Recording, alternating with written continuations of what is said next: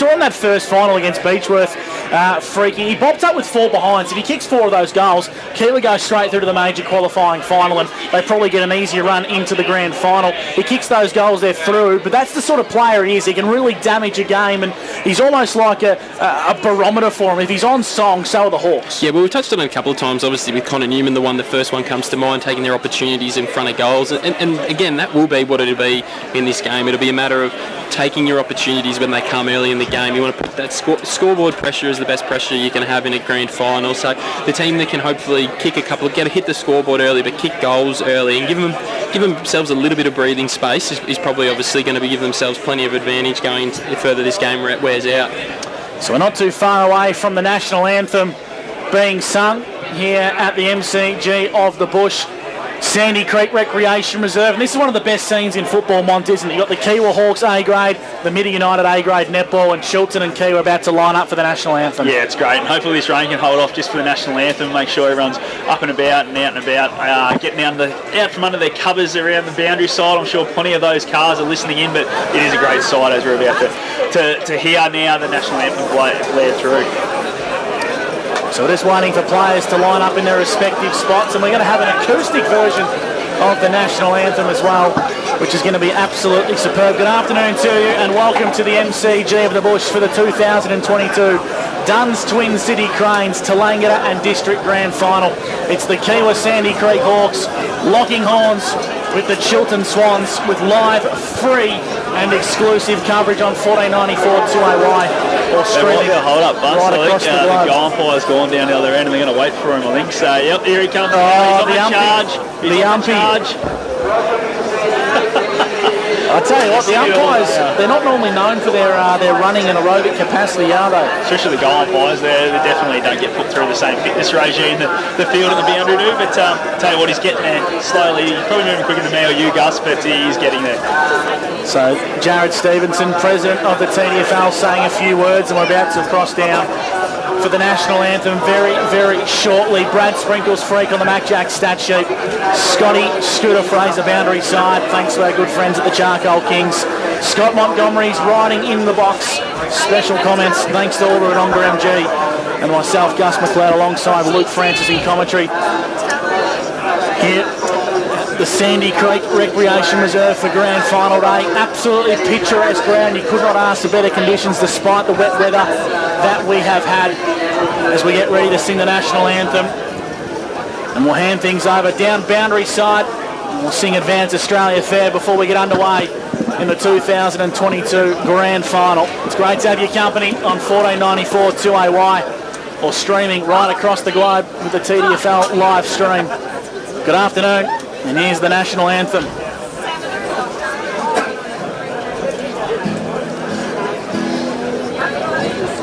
Australians, oh, let us rejoice, for we are one and free, with golden soil and wealth for toil.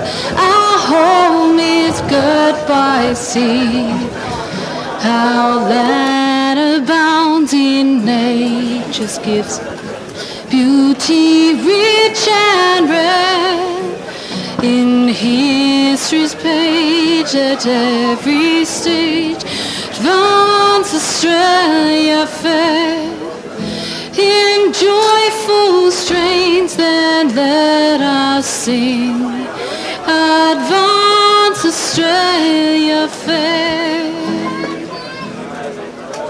A cracking rendition of Advance Australia Fair ahead of the 2022 Duns Twin City Cranes Tallangatta issue running. Good luck. As Jared Stevenson wishes good luck to their respective sides. It's Chiltern taking on Kiewa Sandy Creek in the 2022 Duns Twin City Cranes Grand Final at the MCG of the Bush. Brad Freak, before we bounce the ball, let's have a quick look at the Mac Jack stat sheet. Yeah, if we have a look at the stat sheet for today for the Chiltern Swans, we're going to be following Brad Hibberson in the midfield, who's had a simply great year for them, and obviously Tom Brasher and Kyle Cooper have been outstanding for them all season, and particularly in their final a couple of weeks ago. If we have a look at Kiewa Sandy Creek, obviously got Jack Demizio, Josh Hicks and Jason Bartel, 3 superstars for the Hawks in the midfield brigade there, so looking for them to have really big games and plenty of influence on this match for the Hawks. Monty, what's happening today, mate? Talk us through it. Yeah, I think it's just going to be one in their forward lines. I think if the Kiewa defence, what we've talked about, they've got so many options that can go through both Boxall and Dawn. If they can hold up, I feel that they're going to be right in the game. But I tell you what, it's a massive job, and the midfield supply is going to be what wins or loses it. So I think if Kieran get on top, they're definitely going to have the firepower, but I feel that Chiltern might just have a little bit too much class through the middle and be on top all day. Lukey Francis, how's the proceedings today going to be in the grand final?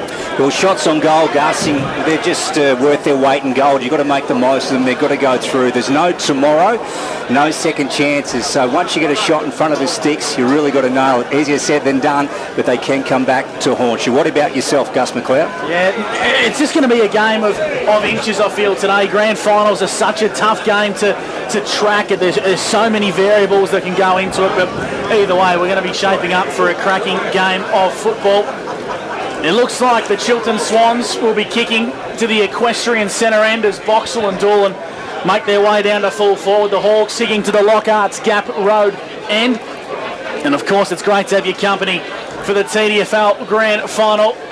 Firstly, we'll go to Brad Freak on the Mac Jack stat sheet. Tip from you and the best on ground performance, Freaky. Well, it's probably hard to go past the Swans today. Obviously, been the outstanding team all year, and I'm going to go with Kyle Cooper to be the best on the ground today. Montgomery, Mr. Scott Montgomery for Albury-Wodonga MG. Yeah, being obviously ex-teammates with Juddy, I'd love for Kiewa to win, but I think Chiltern would just be a little bit too good, and Kyle Cooper, best on ground for me. Luke Francis. Chiltern and Kyle Cooper. What about yourself, Gus? Kiewa, Sandy Creek and Connor Newton. Good afternoon to you and welcome to the first quarter. Thanks to Elders Albury in the 2022 TDFL Grand Final. So it has come down to this. And Josh Hicks at the bottom of that pack. And then Vandermeer brought to ground, and the umpire's going to take it straight away. So here we go. Grand Final day, welcome to you on the live stream in 1494 2AY. Another contest in the centre of the ground. Meyer just slipped over the crucial stage. Hawks win it away through Josh Hicks and got it on the boot to the half-forward flank. Lappin for the Swans, and then on to Tom Brasher. He brings it broadcast side. Reece Ritchie and picks it up and then wants to swing inboard. Gets it onto the left boot and sends it down to the half-forward flank. Or Evans, just a nervous moment, and got it out to this side to Demizio, and Demizio goes to Jason Bartell. Who marks in front of our commentary position, comes in board to man, who marks on the edge of the centre square. Wants to go a little chip kick inboard. It's dangerous, but it works out okay. Ball's in the hands of Jed Andrew, just behind true centre of the MCG of the Bush, Sandy Creek. The Hawks get called to play on, and Andrew's got to go. Finds a right foot kick up towards the half-forward line. Good work there by Carney, making a contest. Here's a go for Andrew. Left the football behind. The Hawks have numbers inside forward 50 via McDonald. In towards 50. And Bartell happy to track this one towards the boundary line. And we'll have a boundary throw in 40 metres out from the Hawks goal at the Lockhart's Gap Road end. Yeah, it's been a massive start here, hasn't it? Really hot and heavy. Ball going between the two arcs at the moment. One team will get a sentencing very soon. Meyer up against McDonald in the ruck that time. High. And there will be a free kick. So the Swans will get it through Mason. He's in a defensive 50. And he wants to go short to the outer side. Mark taken. And they cut inboard. This time to Brad Hibberson. Brad handballs onto Scott Meyer, and the big man goes forward, left foot, thumping one inside 50, just in front of Mark Doolan. And now Wilson's after it for the Hawks. Can he pick it up? No, taps it in front of him. Wanted the line, gets it. And that was good defensive play from Wilson. Ball out of bounds as we go to Brad Freak early on the Mad Jack stats. Yeah, two early inside 50s to Kiewa, Sandy Creek, but Chiltern able to get that first one there. A couple of early touches each for Demizio, Hicks and Bartell for the Kiewa. So a boundary throw in, 55 metres out from the Swans goal. It's a nice restart. McGee got front position, the ruck, palmed it down towards Ritchie, trying to keep it alive, and he does so. Handball's over the top. Taking in the tackle was Brooks, and it's out of bounds for a boundary throw. He might go boundary side for the first time this afternoon for the Charcoal Kings. Scotty Scooter Fraser. Yeah, very interesting, mate, that Tristan Mann and Scott Meyer after that first bounce have gone nowhere near each other, and Scott Meyer's got an inside 50, so they'll need to get a bit closer on that. Boundary umpire hurls the ball back into play. Kyle Cooper, Vlasic had a crack at it. Ball at ground level through Nick Brasher, just wants to get it out towards Brad Hibberson. Jed Andrew there as well. And the ball's made it across the line.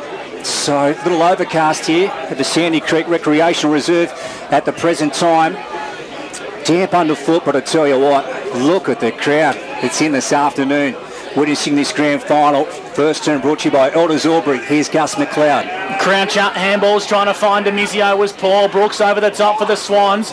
Brasher, this is Nick, left the football behind. Coming through was Hicks, got the football out towards Bartel. Across right half back, the pressure from the Swans is elite. Brooks, hands on the Sharon, kicks inside, forward 50, not the best kick. Tracking this one back is Vogel. Switches across the face of goal, trying to find Wilson, who's going to go out scoreboard side with a long raking kick. Trying to find Connor Newnham, but it goes out of bounds on the full. The ball's going to come back in for Chiltern, and they're going to go in towards attack via Scotty Meyer. They do. So Meyer's taken the mark, and he started this game well. Half forward flank, far side of the ground for the equestrian centre end. Scott loads up. Look at that for a high ball going in. Pressure on the Hawks defence. Big pack goes up to Mizio. Did well. Then a long ball out of defence. Out towards the Kyle Cooper area. Ball bounces out of bounds. And we will have a boundary throw-in as we go to Scotty Montgomery for Albury Wodonga MG. Yeah, both those kicks out of bounds on the full from there, exiting the 50 from Kiewa, just shows the pressure that the Swans forwards are putting on so far to start this game. Hibberson, it's Brad, inside 50, finds Reece Ritchie, 45 metres out on a 45-degree angle, and the youngster who switched across from Wodonga mid-year will have the first shot on goal in the grand final. On the Mac Jack Shed stats sheet, 5 early inside 50s to Chiltern to start this game. Repeat entries and obviously taking their first mark inside 50 and their first real attempt at goal here in the first quarter. So at the 4.5-minute mark of the first term on the Japo Donks time clock, scores are still level at 0 apiece as Ritchie kicks on goal. Not the best kick, high up and under to the top of the square, bringing it to ground level on the line. The umpire says, give it here, boys. We'll have a restart. 2 or 3 metres out from the Swans' goal. Key would be happy to pump this one through. McGee's in the ruck, palms it down shallowly. Big tackle applied and will ball the footy up once again in the top of the goal square. 5 minutes gone. First quarter action for Elders in Albury. Yeah, I thought the umpire was going to ping him there. It was a bit of a close one. High pressure on the Hawks defence. McGee, Wilson got hands to it. Ethan Boxall at the bottom of this pack.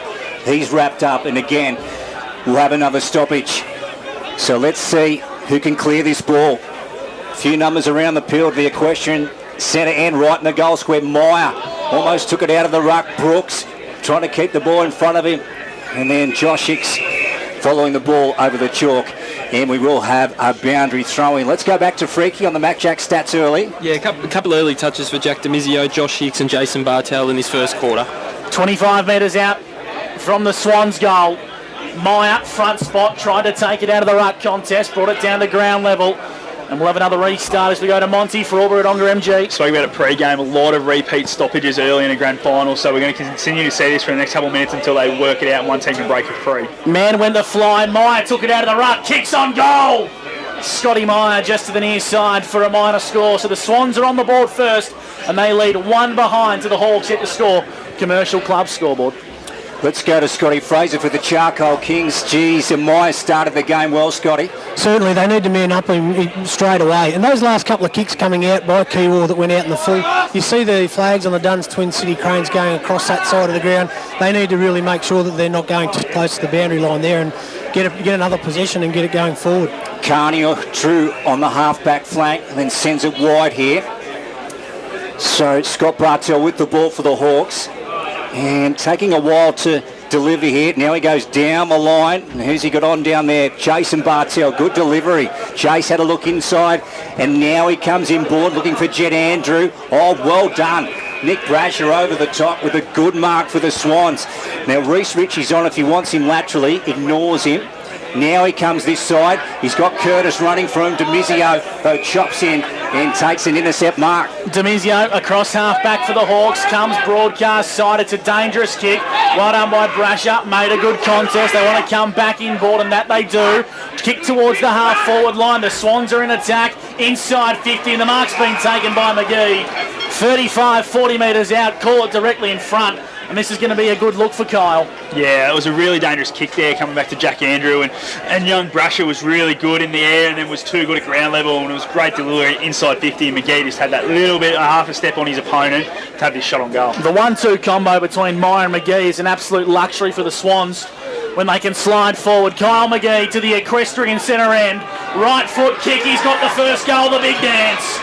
The Swans are on the board and they lead 1-1-7 to Kiewa Sandy Creek, yet to score on the Commercial Club Albury scoreboard. 6 inside 50s on the Mac Jack Shed stat sheet to 2 in favour of Chiltern in the start of this first quarter. Just real dominance in that area, being able to have repeat inside 50s, 2 marks inside 50 as well. They're getting real first use of it in the ruck, as we touched on through Scooter.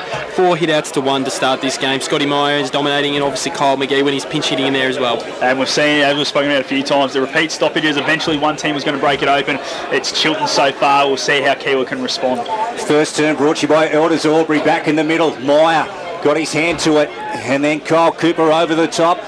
And then a wild hand pass. Meyer ends up with it. Kyle Cooper feigns inside, and then his kick got smothered by Jake Hicks. Might have caught one high, he did. So Jake will take the ball for the Hawks. Inside the centre square, they're heading towards the Gaps Road end. Puts it on the boot, sends it towards the arc of the 50. Ball at ground level, many players around it. Looks like it's going to be tied up. Yep. And the umpire is going to call for it. So we're almost gone, or just over the 9-minute mark on the Japo Donks time clock, opening term here. Chiltern leads 7 to Kiewa's nil on the Commercial Club scoreboard. Ball just trickling towards the boundary line and spills out of bounds. And as Scott Montgomery said for Albury-Wodonga MG, Kiewa happy to play the repeat stoppage game. Yeah, they really are, they, Gus. They just want to make sure that they're in this game. Don't give any free run to Chiltern, as we've seen already. When they get open, they can really damage you going inside 50. Beatty's gone into the ruck for the Hawks, brings it down to ground level, shovelled out towards Bartel. Left foot kick was okay. Did it stay in the field of play? The boundary umpire said it's out of bounds on the full. Nice try, Scotty Bartel. It'll be a free kick to the Hawks via Van Clapperen across left half back. So Van Clapperen, as Gus said, wide on half back here, broadcast side, Gaps Road end. And he goes with a dangerous kick. Demizio will try and pick it off. This is interesting. Stevens comes in. Demizio has been prominent early. Off to Jake Hicks. He was under pressure. Try to get it back out to Tristan Mann. Swans go in through Stevens. Ball at ground level. Players fighting away. And it looks like we're going to have another stoppage. Yep. On centre wing here, broadcast side, opening term, TDFL Grand Final on the live stream in 1494 2AY. Scotty Fraser, what's the atmosphere like down there at ground level for the Charcoal Kings? Beautiful down here at ground level as Scott Meyer gets a free kick in that contest. As we expected, and Ethan Boxall expected, Nick Carney is heavily tagging him right now. Meyer Deep into attack for the Swans. McGee brings it down to ground level. Here's an opportunity to come through. Kyle Cooper dribbles, goals.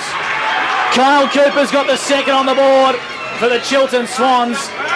And they really start to extend this game. They lead 2-1-13 to Kiewa yet to score, making the most of their inside 50s on the Mac Jack stat sheet. Yeah, they've had 7 inside 50s to 4 in this game so far, but they've been able to obviously take more opportunities when they go with the 3 shots. Kyle Cooper up to 4 disposals early for the Swans. And on the Kiewa side of things, Jack Demizio's had 4 disposals, and so has Jason Bartel. We spoke about the firepower Chiltern having Boxall and Doolan, but it's the small guys around him, and Kyle Cooper showed then how classy they are once the ball hits the deck inside 50. The biggest prize in TDFL football on offer this afternoon, and the Swans off to a great start. And again, we'll have another stoppage just left of the middle, slightly to the far side here at the Sandy Creek Recreational Reserve. Good afternoon to you. Hope you're enjoying all the action on the live stream in 1494 2AY. High ball up towards the edge of the square. Turner picks it up for the Hawks, quickly pounced upon. And then Reece Ritchie got a ball out wide to Van Claveren, and they play on to Mason. Short to Curtis. True half-back flank the Swans. And they want to drive it long. And he winds up Curtis and gets a long ball down towards, well, Tristan Mann and also Ethan Boxall. Ball spits out the back towards Connor Newnham. And then Carney goes out wide to Demizio. And players search for it now on the ground. Brasher happy to take this one towards the boundary line to force a restart. Monty for Albury-Wodonga MG. Interesting to see Connor Newnham working so far up the ground. Yeah, he is, isn't he? I suppose the ball's not getting too deep at the moment, so 12 minutes in, he thought he's going to get himself up around the footy and try and get his hands on it and try and get himself into this game. 13 minutes gone and the Swans lead 2-1-13 to the Hawks, yet to score in the 2022 Duns Twin City Cranes TDFL Grand Final.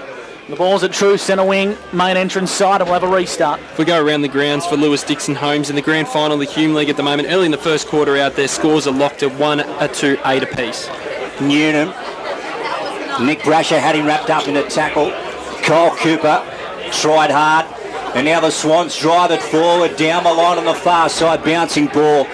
It's gone out just adjacent to the scoreboard as we get to the 13-minute mark on the Japo Donks time clock. Let's go boundary side again to Scotty Fraser for the Charcoal Kings. Huge difference in body language and the way Scott Myers up and about today. He came to hunt. He's vocal and he's just trying to cover as much ground as possible. Certainly a different person than he was 2 weeks ago. Man might be penalised here for holding the footy or incorrect disposal. Nonetheless, the free kick going the way of Chiltern. It's via Cooper. Right foot kick inside forward 50, not the best. Contest forms, the Hawks have numbers. They want to exit defensive 50 and they do so at a rapid rate. Up towards half or the centre wing position. Stevens come through. Here's an opportunity now for Cal Turner. Smothered. Ben Mason for the Swans regathers.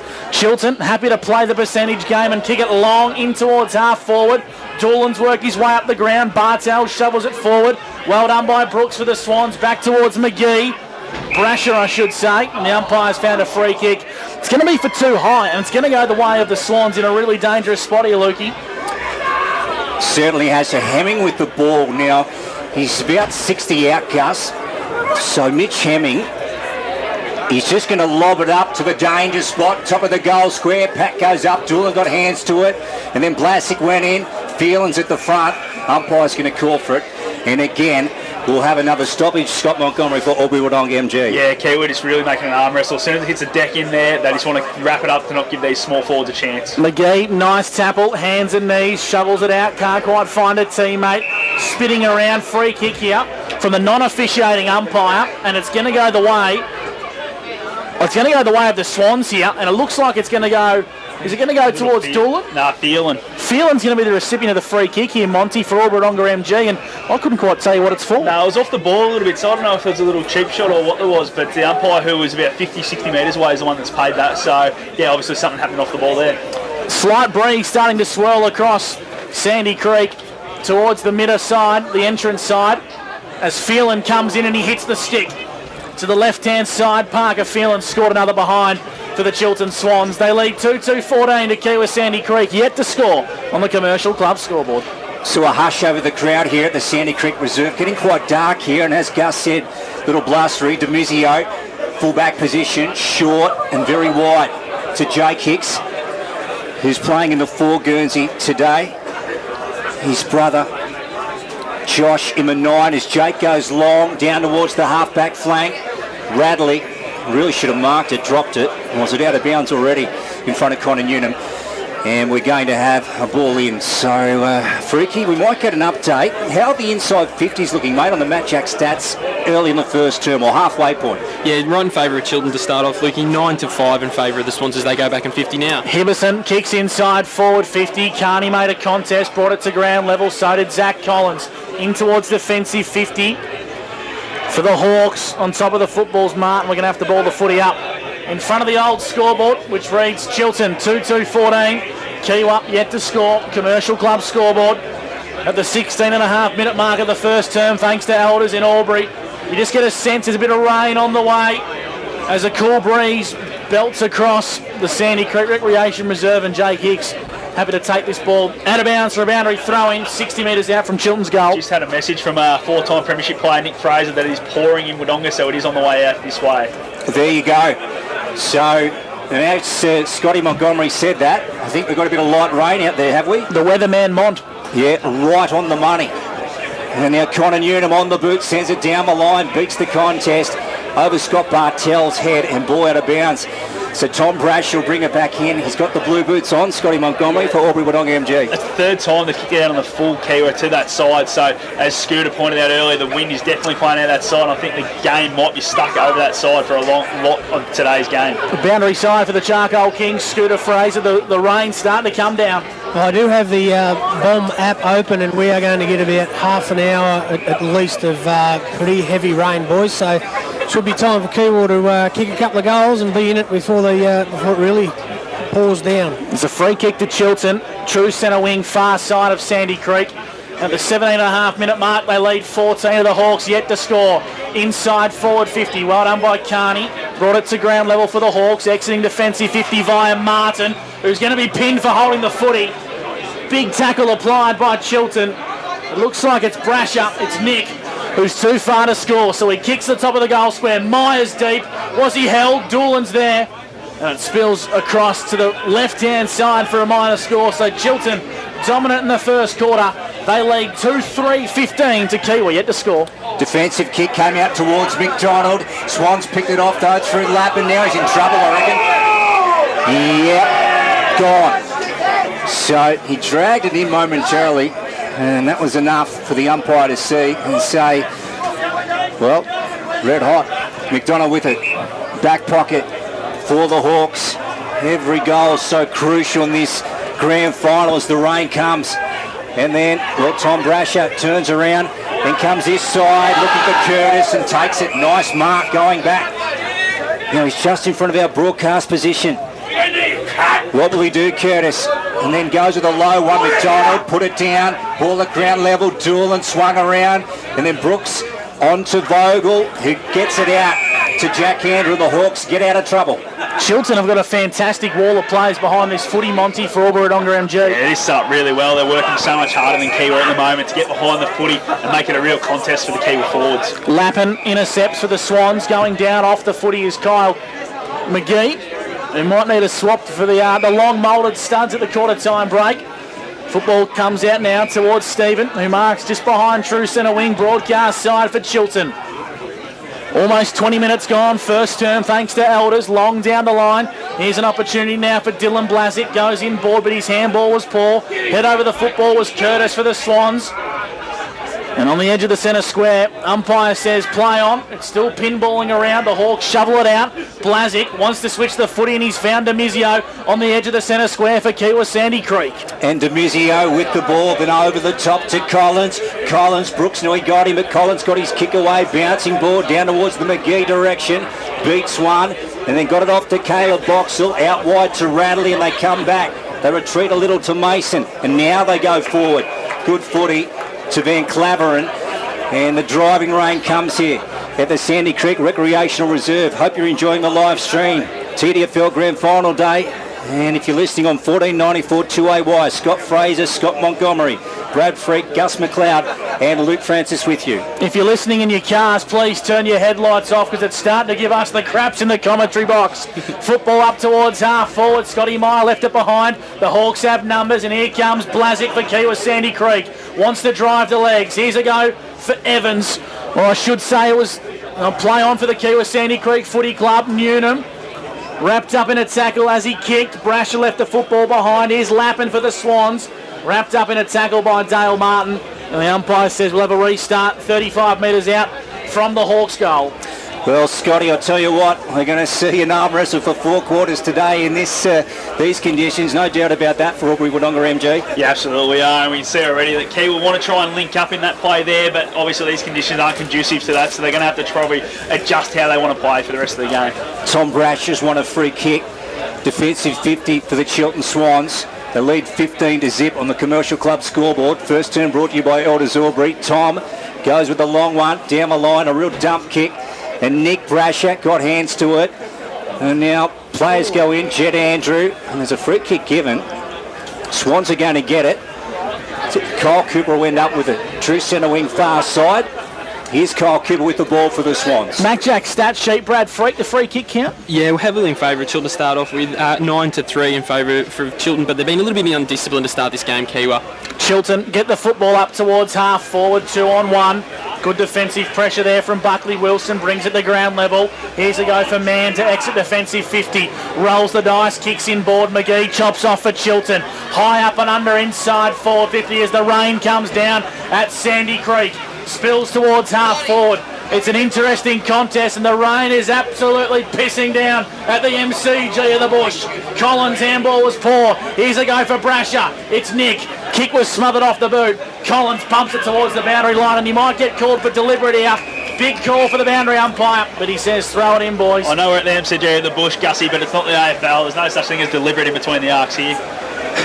On the Mad Jack Shed stat sheet to start the game, Kyle Cooper up to 8 disposals early for the Swans, and on the Kiewa Sandy Creek side, Demizio's had 7 and Josh Hicks has had 8 as well. Ball back into play. Maya got a big fist to it. Jake Hicks went after it. Oh dear, what's going to happen here? And the umpire's going to call for it. First turn brought to you by Elders Albury. Absolutely teeming down as we go back down to Scotty Fraser for the Charcoal King. Scotty, I hope you're undercover down there, mate. Just putting the crocheted rug over my lap as we speak, boys. But it is dry in this little shed. Hicks to Bartel. This is Jason. Lowers the eyes and man marks. Or I should say it's Jack Andrew. Right foot kick trying to find Newnham. Gets the set. He's dangerous at ground level, Connor Newnham. Can't quite gather the football. Made a good contest. The Swans have numbers. Getting through the traffic. Here's an opportunity via Stevens. Kick out wide. Wasn't the best kick. Is that out of bounds on the full? I think it is. It's going to come back in pretty quick. Ball's in the hands of Zach Collins. 65 metres out for the Hawks. Collins just loads up and sends it into the gap road end. Over the back, Meyer. And just rushed it across the line for one behind. So Kiewa get their first score of the game. 1 point at about the 24-minute mark on the Jabbo Donks time clock. So 15 plays, 1 on the Commercial Club scoreboard. Scotty, I tell you what, this is tough going out there at the moment. Yeah, it is, isn't it? But I think Scotty Meyer there, getting back to help and rush that point, just showed exactly the work rate that Chiltern have put in this first 24 minutes and why they're in front. Here's a turnover. Ball's in the hands of Ross. Lowers the eyes. The Hawks go inside 50. And the mark has been taken. It looks like it's Hicks who'll go back and have the set shot. 35, 40 metres out on a reasonably straight angle, but as the footy gets a little bit heavier, Monty, this could be a big kick. Yeah, absolutely, and that wind too, it's blown up a bit more too than what I did at the start of the game. So Jake Hicks is normally a really good user of the ball. He just has to start at the left point post and it should be right. Breeze blowing across the ground from our commentary position towards the Duns Twin City Cranes. As Hicks, it's Jake kicking to the gap road end for the first of grand final day for the Hawks. I reckon the kick has gone about 25 metres, but it's fallen into the lap for the Kiewa Sandy Creek Hawks. And I reckon, Monty, that is one of the worst kicks of the Sharon I've ever seen from such a quality player in Jake Hicks. He meant it, didn't he? As the siren sounds, it's going to be Jack McDonald from 25 metres out. Call it directly in front, and let's hope he's got a better kick on the footy than what Jakey had. They really need this one here, the Kiewa boys. So it's Hicks to bring the margin back to 9 points at quarter time. Kick on the way, he's good. And McDonald has kicked the goal for the Hawks. The margin's back to 9 points. And Monty, out of a quarter that was completely and utterly dominated by the Swans, the Hawks are back in it. This can happen in finals footy. If you don't put them under the pump, they had 5 shots to 2, and all of a sudden it's only 8 points in it. So they didn't really put them away there. Chiltern, they had all the play for probably 20 minutes of that quarter. Kiewa started to get on top late once that rain came. So maybe the first to adjust is why they've been able to stay in this game. Quarter time at the MCG of the Bush in the 2022 TDFL Grand Final. Chiltern lead 2-3-15 to Kiewa Sandy Creek 1-1-7 on the Elders Aubrey scoreboard. We'll take a break on Grand Final Day where you won't miss a thing. The SkyMac Winter Catalogue is out now with low finance rates across the entire range from the brands you know and love. New Holland, JCB, Toro and McHale. Contact your local CadMac team in Wodonga or Wagga today. The team at DTD Engineering in Thurgoona loves steel fabrication. They do it every day for businesses all across the border region, and they'll do it for you too. You name it, they fabricate it. From stainless and mild steel work to structural steel work. Difficult fabrication and installation projects, they love those too. And DTD does it all, from quote to paint to deliver. DTD Engineering Thurgoona and dtdeng.com.au. Proud sponsors of the Chiltern Swans Football Club. The moment you step inside Build Pro Lavington, you'll feel it. 100% unadulterated customer love. It's how they do things at Build Pro. From their service to their stock, you'll love their range of Austral bricks. Austral's been making bricks for over 100 years, and Build Pro are the only local distributor. So for customer love and the best range of bricks and pavers, see Build Pro. Way to go, Build Pro. Dallinger Road, Lavington.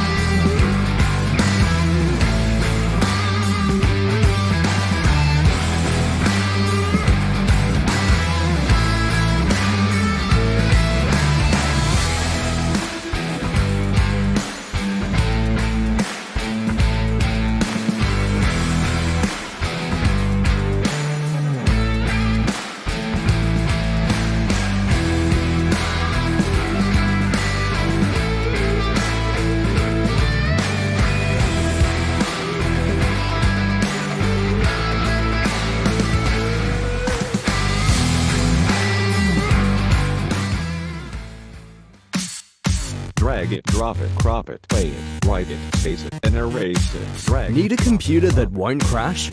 Need your Wi-Fi turbocharged? Need better data backup? Whatever you need your computer to do, Wangaratta Computers will help you do it better. Because that's what we do best. And we can do it in-store or at your home.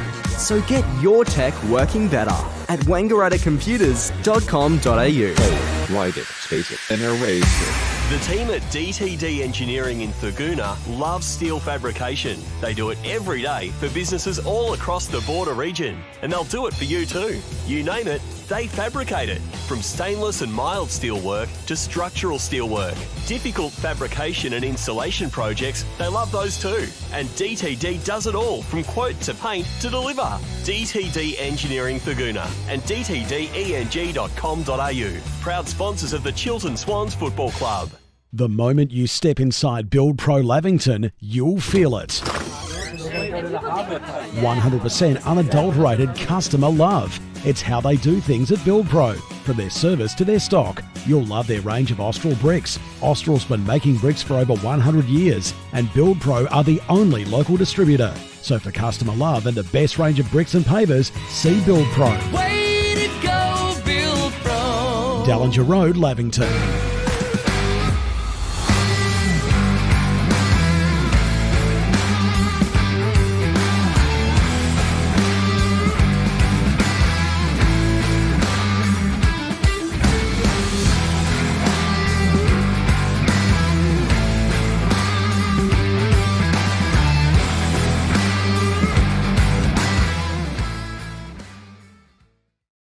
The CAD-Mac Winter Catalogue is out now with low finance rates across the entire range from the brands you know and love. New Holland, JCB, Toro and McHale. Contact your local CAD-Mac team in Wodonga or Wagga today. 117 boundary side. Thanks to the Charcoal King, Scotty Scooter Fraser. What do the coaches have to say at quarter time? Well, very strangely, for the first time in a long time, Jack Neal was very, very vocal, very loud, very good about the contest, basically telling the guys need to do that. Obviously, one in front, one behind the contest as it gets slipperier and slipperier. On the other side, Brooksy, pretty disappointing in letting them get that last goal.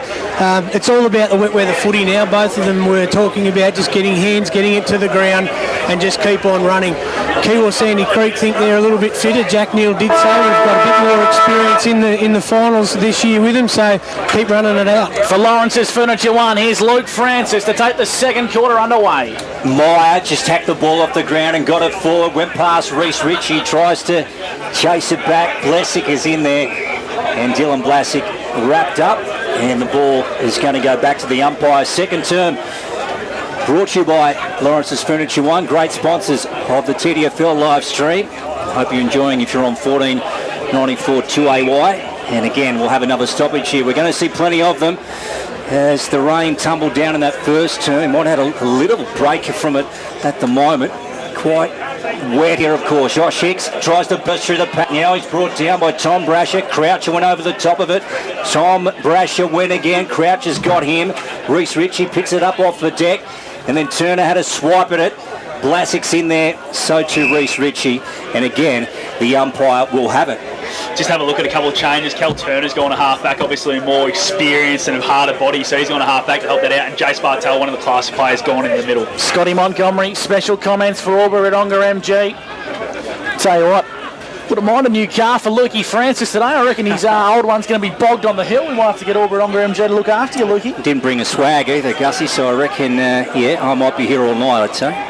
Well, I'll give you a bit of advice, mate. Don't camp in the scaffold because you might end up at true centre wing. 15-7, the Swans lead and they get the football inside forward 50. Boxall has been quiet early, 25 metres out, top of the goal square. Swans attacking end. Falling over the footy was Collins. Exiting defensive 50, the Hawks. They get it up towards centre half back. Coming through the contest, hacked inside forward 50 was Radley. Top of the goal square go the Swans. It's across the face for a minor score. Brad Freak on the Mac Jack stat sheet. Josh Hicks has started this second quarter really hot for the Kiewa. Sandy Creek, he's up to 3 disposals already, which takes him up to 9 for the game. Let's go down boundary side to Scotty Fraser for the Charcoal Kings. What's the latest down there, Scotty? Gussie just hit the nail right on the head. Ethan Boxall pretty quiet. Nick Carney paying close attention to him. Bartel, Scott that is, look at him go. Just puts the foot down and gets it on the boot. Drives it to the edge of the 50. Beatty's taken the mark. So he's right on the arc. What will he do? Jack Andrew got back in a hurry. He's marked up by Lappin. Beatty, now he winds up, puts it on the boot to the danger spot, top of the goal square. Off too easy, Lappin put it down. Probably fair in these conditions. You hear the supporters down here. Kiewa Sandy Creek Hawks bench just really getting vocal, and we're going to have another stoppage. Tell us what you really think, boys. Boundary side. Meyer slaps it down in the ruck, gains a few yards. The Swans have numbers. Shove it over the top to Hibberson. This is Brad. He left it behind. Good tackle applied. Jed Andrews going to get rewarded here. Well, the umpire thought he should have paid the free kick there. Scott Montgomery for Wodonga MG. Yeah, agreed, Gussie. It was dropping the ball every day of the week, and you just see the pressure's going up in the Hawks forward line. The couple of contests there, they made sure that they put them under the pump, not giving an easy exit like they did in the first quarter. Chiltern were able to get out way too easily. 16 plays 7 on the Inspirations Paint scoreboard. Chiltern up, forward entry. And then Croucher missed it, and then Reece Ritchie put it on the boot. Players after it. Blasick and also McGee. McGee beats Blasick to the ball. McGee, well, Blasick did well. Got in there again and then dished the ball out to Evans. He's tackled by Nick Brasher. Blasick wins it back. High ball towards Collins, who's got a sin under it. Big defensive fist from Hemming. And then going after it, Jack Andrew gets it out to Jason Bartel. Needs to find clean possession, does now. Links up with Jack Andrew. Left foot kick inside, forward 50. Newnham's done a mountain of work, so he's a little bit slow to get to that ball, and it spills out of bounds for a boundary throw in 35 metres out from the Hawks goal. On the Mac Jack Shed stat sheet, 3 inside 50s for Kiewa to start this second quarter, really getting some more momentum in their forward half. It's a 9-point lead to the Swans on the Inspiration Paint scoreboard. 35 metres out from the Hawks goal to the equestrian centre end. And we'll have another restart. Or not. Scott Montgomery for Wodonga MG. Jeez, that was a bit stiff there, I would have thought. I think the umpire was a bit happy with that one and just thought, well, we've had too many stoppages inside 50. Let's play a free kick, get it out of here. So, yeah, it's going to be interesting to see where they go from there. Brad Hibberson went to Curtis, so the Swans still inside defensive 50. Now he's got Lappin on the broadcast side if he wants him. Elects to go out to the far side, centre wing. Nick Brasher, beautiful mark. 2 bites of a cherry in these conditions. That was wonderful, Scott Montgomery for Wodonga MG. Yeah, he's playing well so far, Brasher, getting right up the ground, playing that true centre forward role. So he's getting really hard and working hard for his team. And then long down the line, Josh Hicks picks it up for the Hawks. He's dragged across the line by Mark Doolan. Ball out of bounds as we get to about, just over 5 minutes on the Jabbo Donks time clock, second term. Around the grounds, thanks to Lewis Dixon Holmes, and the All Blacks lead by a point over Bonnie Doon at half-time in the Ovens and King. Back into play here at Sandy Creek, 16 plays 7, favouring the Swans. Brasher shimmies and shakes, torpedo punt inside forward 50. Does it stay in the field of play? It does. Bounces out of bounds for a boundary throw-in 30 metres out from Chiltern's goal. Just shows there the inside 50 entry there was very rushed, very scrappy, gets out in the pocket, gives them another chance here. Chiltern at a boundary throwing. Here it comes, back into play. Who can clear this ball? Ethan Boxall had a crack at it. And now the Hawks go in through Carney. Ash Brooks, high ball, dangerous going forward, bouncing towards the boundary line. Mark Doolan picks it up, swings around, gets a handball back to Tom Brasher. Banana right foot, just misses. And it's gone through for 1 behind. So 17 plays 7 on the Inspirations Paint scoreboard. And Jabbo Donks time clock has gone, about 6 minutes 20 here. Second term, here's Gus McLeod on the TDFL Grand Final live stream and 1494 2AY. Demizio from fullback, not the most penetrating kick for Lappin to chop off for the Swans on the edge of the centre square. A big kick will go inside 450, but he chisels it, trying to find Brasher. Made a contest, brought it to ground level. The Hawks want to exit defensive 50. The numbers favour the Swans. They need a clean pick-up. They get it. It's Curtis. Right foot kick, high up and under inside forward 50 at ground level. Clearing defensive lines was Turner. Pinballs around. Meyer finds the left boot inside 50, and Brasher has taken a good mark for the Swans. Tom Brasher will go back and have a set shot, 25 metres out directly in front. Again, a rushed inside 50 from Scotty Mayo, but Tom Brasher just nice and clean and was sharp and was first to get there. So it looks like he's rolled forward at the moment. He's had a couple of entries, missing the last one, and now another set shot straight in front. to the equestrian centre end. They've been the dominant one all day. So Nick Brasher, or Tom I should say, will go back and have a set shot. 25 metres out directly in front. Tom's right foot kick is a beauty. Straight over the goal umpire's hat. He's got his first, and the Swans, they've got their third. They lead 3-4-22 to Kiewa Sandy Creek. 1-1-7 on the Inspirations Paint scoreboard. Tom Brasher on the Mad Jack Shed stat sheet. He's up to 3 disposals in this second quarter. Really dangerous in that forward half, having 2 shots at goal already. Brad Hibbertson is another one for Chiltern who started this second term. Really, really well for him. He's up to 4 disposals himself. As we touched on, Josh Hicks has had 3 disposals in this second quarter for Kiewa, but it's inside 50s again. 7 inside 50s to 3 in favour of Chiltern to start this second quarter. Yeah, let's go back to Scotty Fraser for the Charcoal Kings boundary side. Any news down there at the moment, Scotty? None other than the Brasher boys certainly upping it a little bit there. Tom was very upset when he missed that snap from the boundary line and made up for it there with a beautiful goal. Recommence back in the middle. Josh Hicks went one way, back the other. A couple of Swans brought him down. Then they go forward. The Swans through Ethan Boxall on the boot. Long one towards the forward pocket. Goes out in front of Wilson and also Mark Doolan. And we will have a boundary throw in Scott Montgomery for Albury Wodonga MG. Yeah, again, not a clean inside 50. You're going to see this a lot from now on. I think the ball is really going to be nice and heavy and slick. So just to make sure the Smalls are very defensively minded back there for Kiewa. If you just joined the broadcast, we had a pretty big downfall for most of this first term. Kick towards goal from the Swans is good. Has it gone through? It has. I think it has. And the goal's been paid. I think it might have been Doolan who kicked that out of the pack, boys. It was. And it's a goal from nothing, Monty, for Albury Wodonga MG. That's it. That's the thing we're talking about. At ground level, you're going to have to be on your toes because those little chip kicks and quick kicks out of a pack are going to be all day now. So they've got to make sure they're on their toes, laying tackles and not letting easy ones like that through. Yeah, so they get out to a handy little break to the Swans. 4-5-29 plays the Kiewa Sandy Creek Hawks. 1-1-7 on the Inspirations Paint scoreboard. Jabodong's time clock has gone 9.5 here, second term. TDFL Grand Final day. Welcome to you. Here we go, back in the middle. And Bodie Hibberson got it on the boot, but Martin for the Hawks just thumps a high one up towards the arc of the 50. Mason searching for it at ground level. Now he's wrapped up by Scott Bartow. He might be in trouble, Mason. No, umpire let him off the hook. And, well, there you go. We're getting some running commentary from downstairs. Gussie McLeod here at Sandy Creek Recreational Reserve. I can confirm that's not Scooter Fraser with the Charcoal Kings. That's the Kiewa Sandy Creek cheer squad. 50 metres out from the Hawks goal. The Swans clear defensive lines. Newnham's worked his way up the ground. Good contest against his former teammate in Brasher. Spills forward. Here's a go for Phelan. Nice clean pick-up from the youngster. Handballs over the top to Brasher. Trying to keep it alive via Hibberson. And shoving him out of bounds was Dylan Blazic. What a free kick here, Monty. Yeah, I'm not quite sure what for. Jack Dimizio just held onto the tackle on Bodie Hibberson a little bit too long and took him over the boundary line, so right call was made. Yep. So Bodie Hibberson with it. He's left of centre wing here on the broadcast side. So what will Bodie do? Now he's got Nick Brasher on. He's going to go shorter on this occasion. Try to get Brooks. Bodie's got to go again. Turner came out, met him heavily. Ball across the line.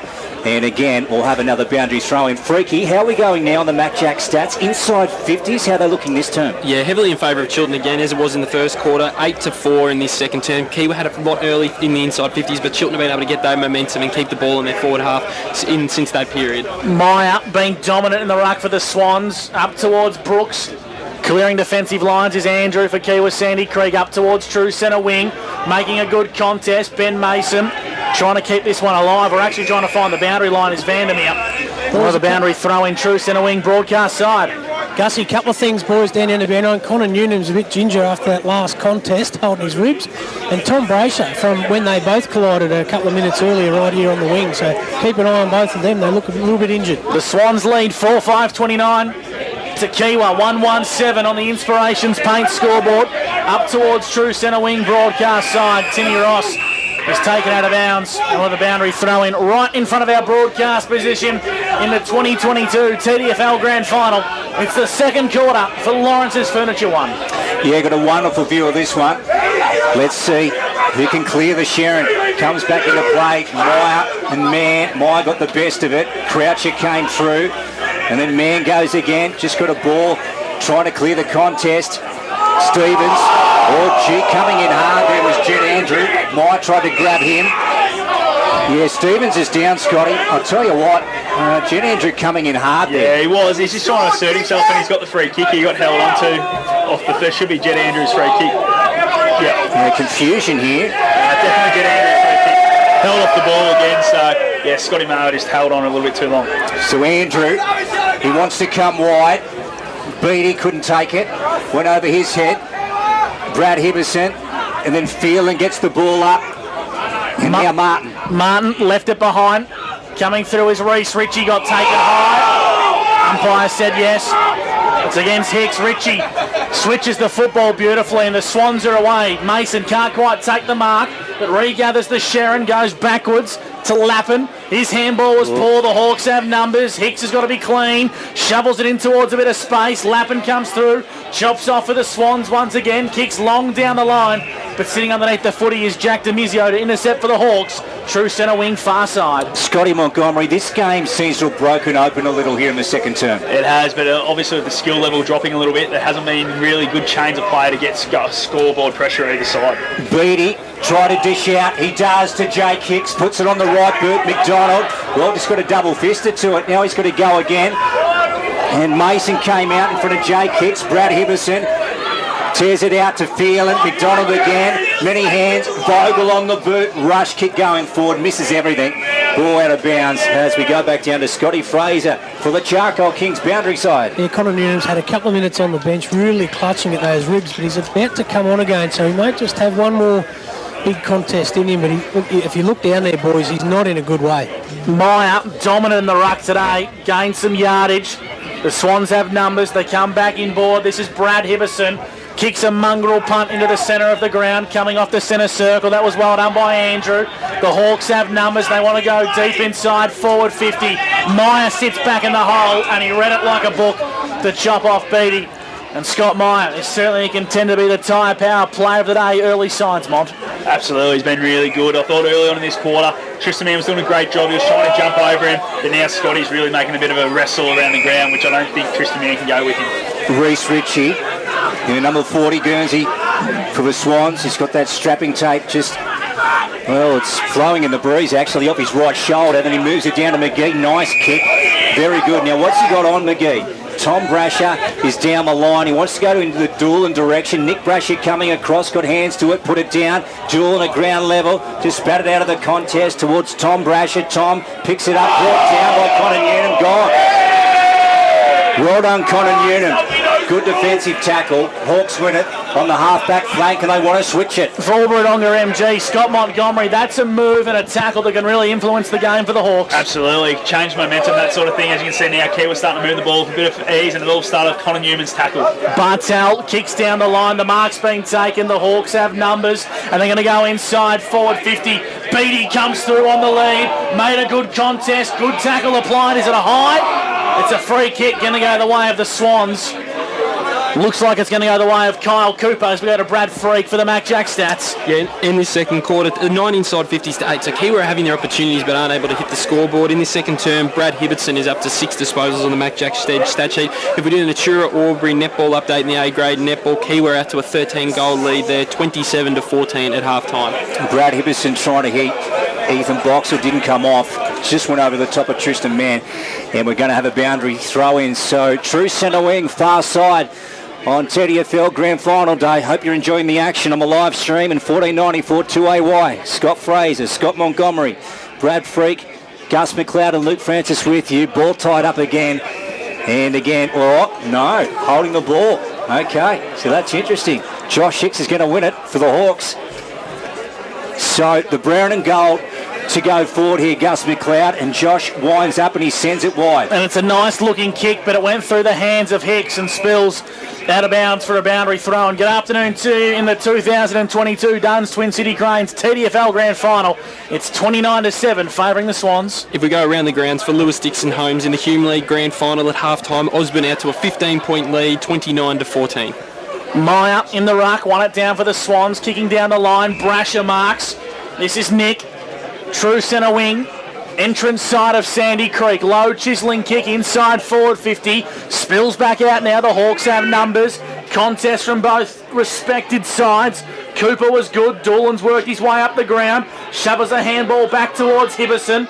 Right foot high up and under kick inside forward 50. Well done by McGee. Palms in towards a bit of space. Here's Cooper. Kicks it back in board. Hibbison was strong, but the Hawks clear defensive lines. Yes, they certainly do. Oh, big contest there in front. Ball out the back. Mai has a chance to grab onto it. And then Caleb Boxall goes in. Jake Hicks came across.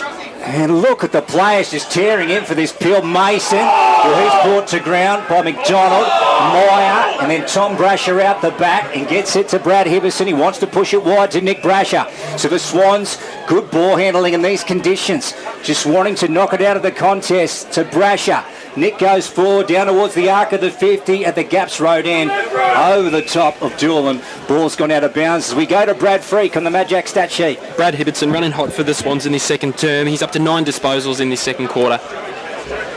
Boundary throw in 45 metres out from the Swans goal. No real winner in the ruck contest. Players dive on top of this one and will ball it up. Scott Montgomery for Wodonga MG. Yeah, as we said early on, it's going to be a lot of this today, and you see there, whoever gets on top is going to be the one that really breaks away here. Kiewa need to make sure they've got the momentum at the moment. They hit the scoreboard soon, or else Chiltern will snap it with one goal here. Demizio left it behind for the Swans. McGee has a go. Head over the footy was Cal Turner. I think it's going to be a free kick going the way of the Hawks here. It's going to come back to Cal. And there's a bit of a scruffle on here, Monty. Yeah, absolutely. I don't think they like the treatment that happened over there. And yeah, there's a few running in. Ethan Box will come in from nowhere and drag someone off. So yeah, it could really blow up here if the umpires don't get control. And they paid a 50 to Cal Turner because of that scuffle that's going on over there, which is fair enough, just to get the game moving, get it away from there, and Cal Turner will get up to centre wing. Yeah, Kyle Cooper and Jack Andrew, as Scotty Montgomery just said. So a scuffle. So the Hawks have got it now. True centre wing, Turner. He wants to chip it out wide. And he picks up Connor Newnham, so they're building on something here, the Hawks, and they get a forward entry. McDonald, yes, I'll pay that. And the umpire will too. So the Hawks will ideally need this one, Scott Montgomery, for Albury Wodonga MG. They do, and it was great movement, wasn't it? They got that 50-metre penalty, hit the short lead up in Connor Newman, and then just wheeled pretty quickly, and he had two options there, so the right one got it. And now they need to make sure they kick this one to just put that little bit of pressure back on Chiltern, because they've got all the momentum. They don't kick this, and Chiltern go down the other end and kick one. Just breaks everything. The 20 minutes of good work Kiewa have been able to put in. That's right. So this game has truly broken open, and Jack McDonald will have a shot on the sticks, the equestrian centre end. 40 out, puts it on the boot. No, that's not going to work. Scott Meyer thumps it across the line, has gone through for one behind. So 29 plays 8 on the Inspirations Paint scoreboard. We've gone just over 20 minutes on the Jappo Donks time clock. Here's Gus McLeod on the TDFL live stream and 1494 2AY. Yeah, great to have your company this afternoon. Good afternoon to the over 1,000 people tuning in via the live stream. Whether you're tuning in on 1494 2AY, Ben Mason marks in the back pocket. For the Chiltern Swans, wants to come with a left foot kick long down the line. Lappin. Did he mark that one? The umpires are waiting for them to make a decision, and the verdict is we'll have a boundary throw in right in front of the Kiewa Sandy Creek coaches box. The Swans lead 4-5-29 to Kiewa 1-1-7 on the Inspirations Paint scoreboard. Umpire to pitchfork it back into play. That's a short one. Ruckman have to meet it. Meyer knocked it out. And then Blasick. He's caught up in the tackle from Hemming, and the umpire's going to call for it again. As we said, 29 playing 7. The Swans up here. Grand final day. Meyer, Beattie. And now Meyer again off the ground, just trying to hack it forward. Carney came through for the Hawks, did well. Brought down though on a Phelan tackle. And Phelan will win the ball for the Swans. Yeah, what a tackle there by the young fellow who's just come in for this game. Just put the pressure on, because Carney was charging like a raging bull and could have really sent him inside 50 if he got through. Brasher, beautiful kick down the line, finds Hemming. Nick Brasher's Mac Jack stats, Brad Freak. Who was that, sorry? Brasher. 50 metres. 9 disposals for Brasher on the Mac Jack shed stat sheet, Gussie. He's a prolific ball user. Wouldn't be surprised if he goes back to have a crack at high-level footy next year. And there's a 50-metre penalty. That was Scotty Fraser. That was given for Jack Andrew. It was the stand rule. Craig Eastick has given the 50 metres. And boys, this could be good for Chiltern, because I've just been told there is a big rain cell coming from Barranduda in the next 10 minutes. Boxall slipped over. They kick inside forward 50. And I think that's Connor Newnham, who's marked all the way at full back for the Kiewa Sandy Creek Hawks, and he links up with Demizio. Demizio, true back pocket for the Hawks, wants to come inboard to Jed Andrew. Still in defensive 50, now the switch is on. So this is Connor Newnham, and he's out wide, and as Gus said, he's a long way from home. He's in defensive 50. Radley for the Swans, it's been turned over. One way, back the other. Unorthodox kick. Brad Hibberson's taken the mark. But in wet conditions, Scotty Montgomery for Albury Wodonga MG, we'd have to see his best. Yeah, absolutely. I think the distance might be a real issue here. Obviously, the ball's been a bit heavy. The wing would really take it over that distance to that far side. So he's going to have to give it absolutely everything he's got here, Brad Hibberson. Brad just sort of caught a lead then. Now he's going to wind up. He tries to balk around the man on the mark. He's in a bit of trouble.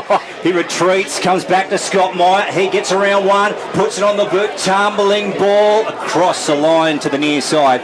It's gone through for one behind. 30 plays 7 on the Inspirations Paint scoreboard. Chapo Dong's time clock has gone about 23 and a half as we go to Brad Freak on the Mad Jack stats. Brad Hibberson up to 10 disposals in this second quarter. He's been absolutely everywhere for the Swans. They've had total domination in the inside 50s again in this term. It's up to 13-9. Kiewa have had their opportunities, but just haven't been able to capitalise by putting it on the scoreboard. Demizio from fullback, gained about 80 metres for the Hawks, up towards true centre wing, diving on top of this football. Players from both sides, spills out now. It's a real scrimmage and exiting the contest. Well done there by Vogel. Inside the centre circle, dropping a mark he should have taken was Bartel. Spills out wide. Here's a go for Curtis for the Swans. Inside forward 50, Doolan's the target. The bounce doesn't favour him. He regathers possession, wrapped up in a tackle. And that's good defensive work from the Hawks. We'll have a restart. 45 metres out, tied up on the boundary. Just that 30 plays 8, Monty. Just that drop mark in the middle there, Scotty Bartel. It was a 1-on-3. He takes that, they wheel inside 50 where it's a 1-on-1, and then instead it goes back the other way and Chiltern back inside 50, putting the pressure on Kiewa. Kyle Cooper got brought down by Croucher, and he's holding the ball, so Croucher with it. So Jordan, what will we do on this occasion? The Hawks again in defensive 50. As he goes short here, trying to spot up Vogel, didn't come off. Now Bodie Hibberson's got to go. Martin does well for the Hawks. Now just handballs out. Tom Brash has got it though, got swung around. McGee back into the centre of the ground and on to Lappin. And Lappin just tumbles one towards the arc of the 50. Demizio got hands to it. Ball went to ground. McDonald did his best, comes out. And then, Hemming comes in for the Swans. Just a myriad of turnovers here at the moment, and the Hawks clear it to Collins. Collins marks just behind true centre for Kiewa Sandy Creek. Broadcast side, not many options present. Brasher sits in the hole, so they've got to kick short. As Croucher marks true centre wing broadcast side. The siren sounds for half-time in the 2022 Grand Final, and Chiltern lead 4-6-30 to Kiewa Sandy Creek, 1-2. We'll take a break, and on the other side of the break, bringing the Shed Company half-time show in the 2022 Grand Final. You're listening to Tallangatta League Live on 2AY and watching right across the globe where you won't miss a thing. The CadMac Winter Catalogue is out now with low finance rates across the entire range from the brands you know and love. New Holland, JCB, Toro and McHale. Contact your local CadMac team in Wodonga or Wagga today. The team at DTD Engineering in Thurgoona loves steel fabrication. They do it every day for businesses all across the border region, and they'll do it for you too. You name it, they fabricate it. From stainless and mild steel work to structural steel work. Difficult fabrication and installation projects, they love those too. And DTD does it all, from quote to paint to deliver. DTD Engineering Thurgoona and dtdeng.com.au. Proud sponsors of the Chiltern Swans Football Club. The moment you step inside Build Pro Lavington, you'll feel it. 100% unadulterated customer love. It's how they do things at Build Pro. From their service to their stock, you'll love their range of Austral bricks. Austral's been making bricks for over 100 years, and Build Pro are the only local distributor. So for customer love and the best range of bricks and pavers, see Build Pro. Way to go, Build Pro. Dallinger Road, Lavington.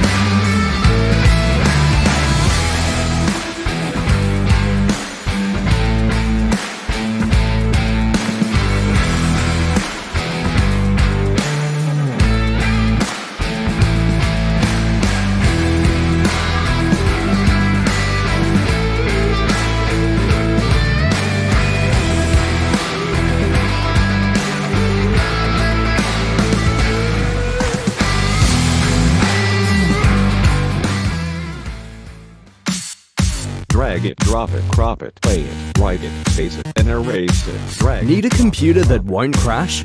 Need your Wi-Fi turbocharged? Need better data backup? Whatever you need your computer to do, Wangaratta Computers will help you do it better. Because that's what we do best. And we can do it in-store or at your home. So get your tech working better at wangarattacomputers.com.au. Play it, write it, space it, and erase it. The team at DTD Engineering in Thurgoona loves steel fabrication. They do it every day for businesses all across the border region, and they'll do it for you too. You name it, they fabricate it. From stainless and mild steel work to structural steel work. Difficult fabrication and installation projects, they love those too. And DTD does it all, from quote to paint to deliver. DTD Engineering Thurgoona and dtdeng.com.au. Proud sponsors of the Chiltern Swans Football Club. The moment you step inside Build Pro Lavington, you'll feel it. 100% unadulterated customer love. It's how they do things at Build Pro. From their service to their stock, you'll love their range of Austral bricks. Austral's been making bricks for over 100 years, and Build Pro are the only local distributor. So for customer love and the best range of bricks and pavers, see Build Pro. Way to go, Build Pro. Dallinger Road, Lavington.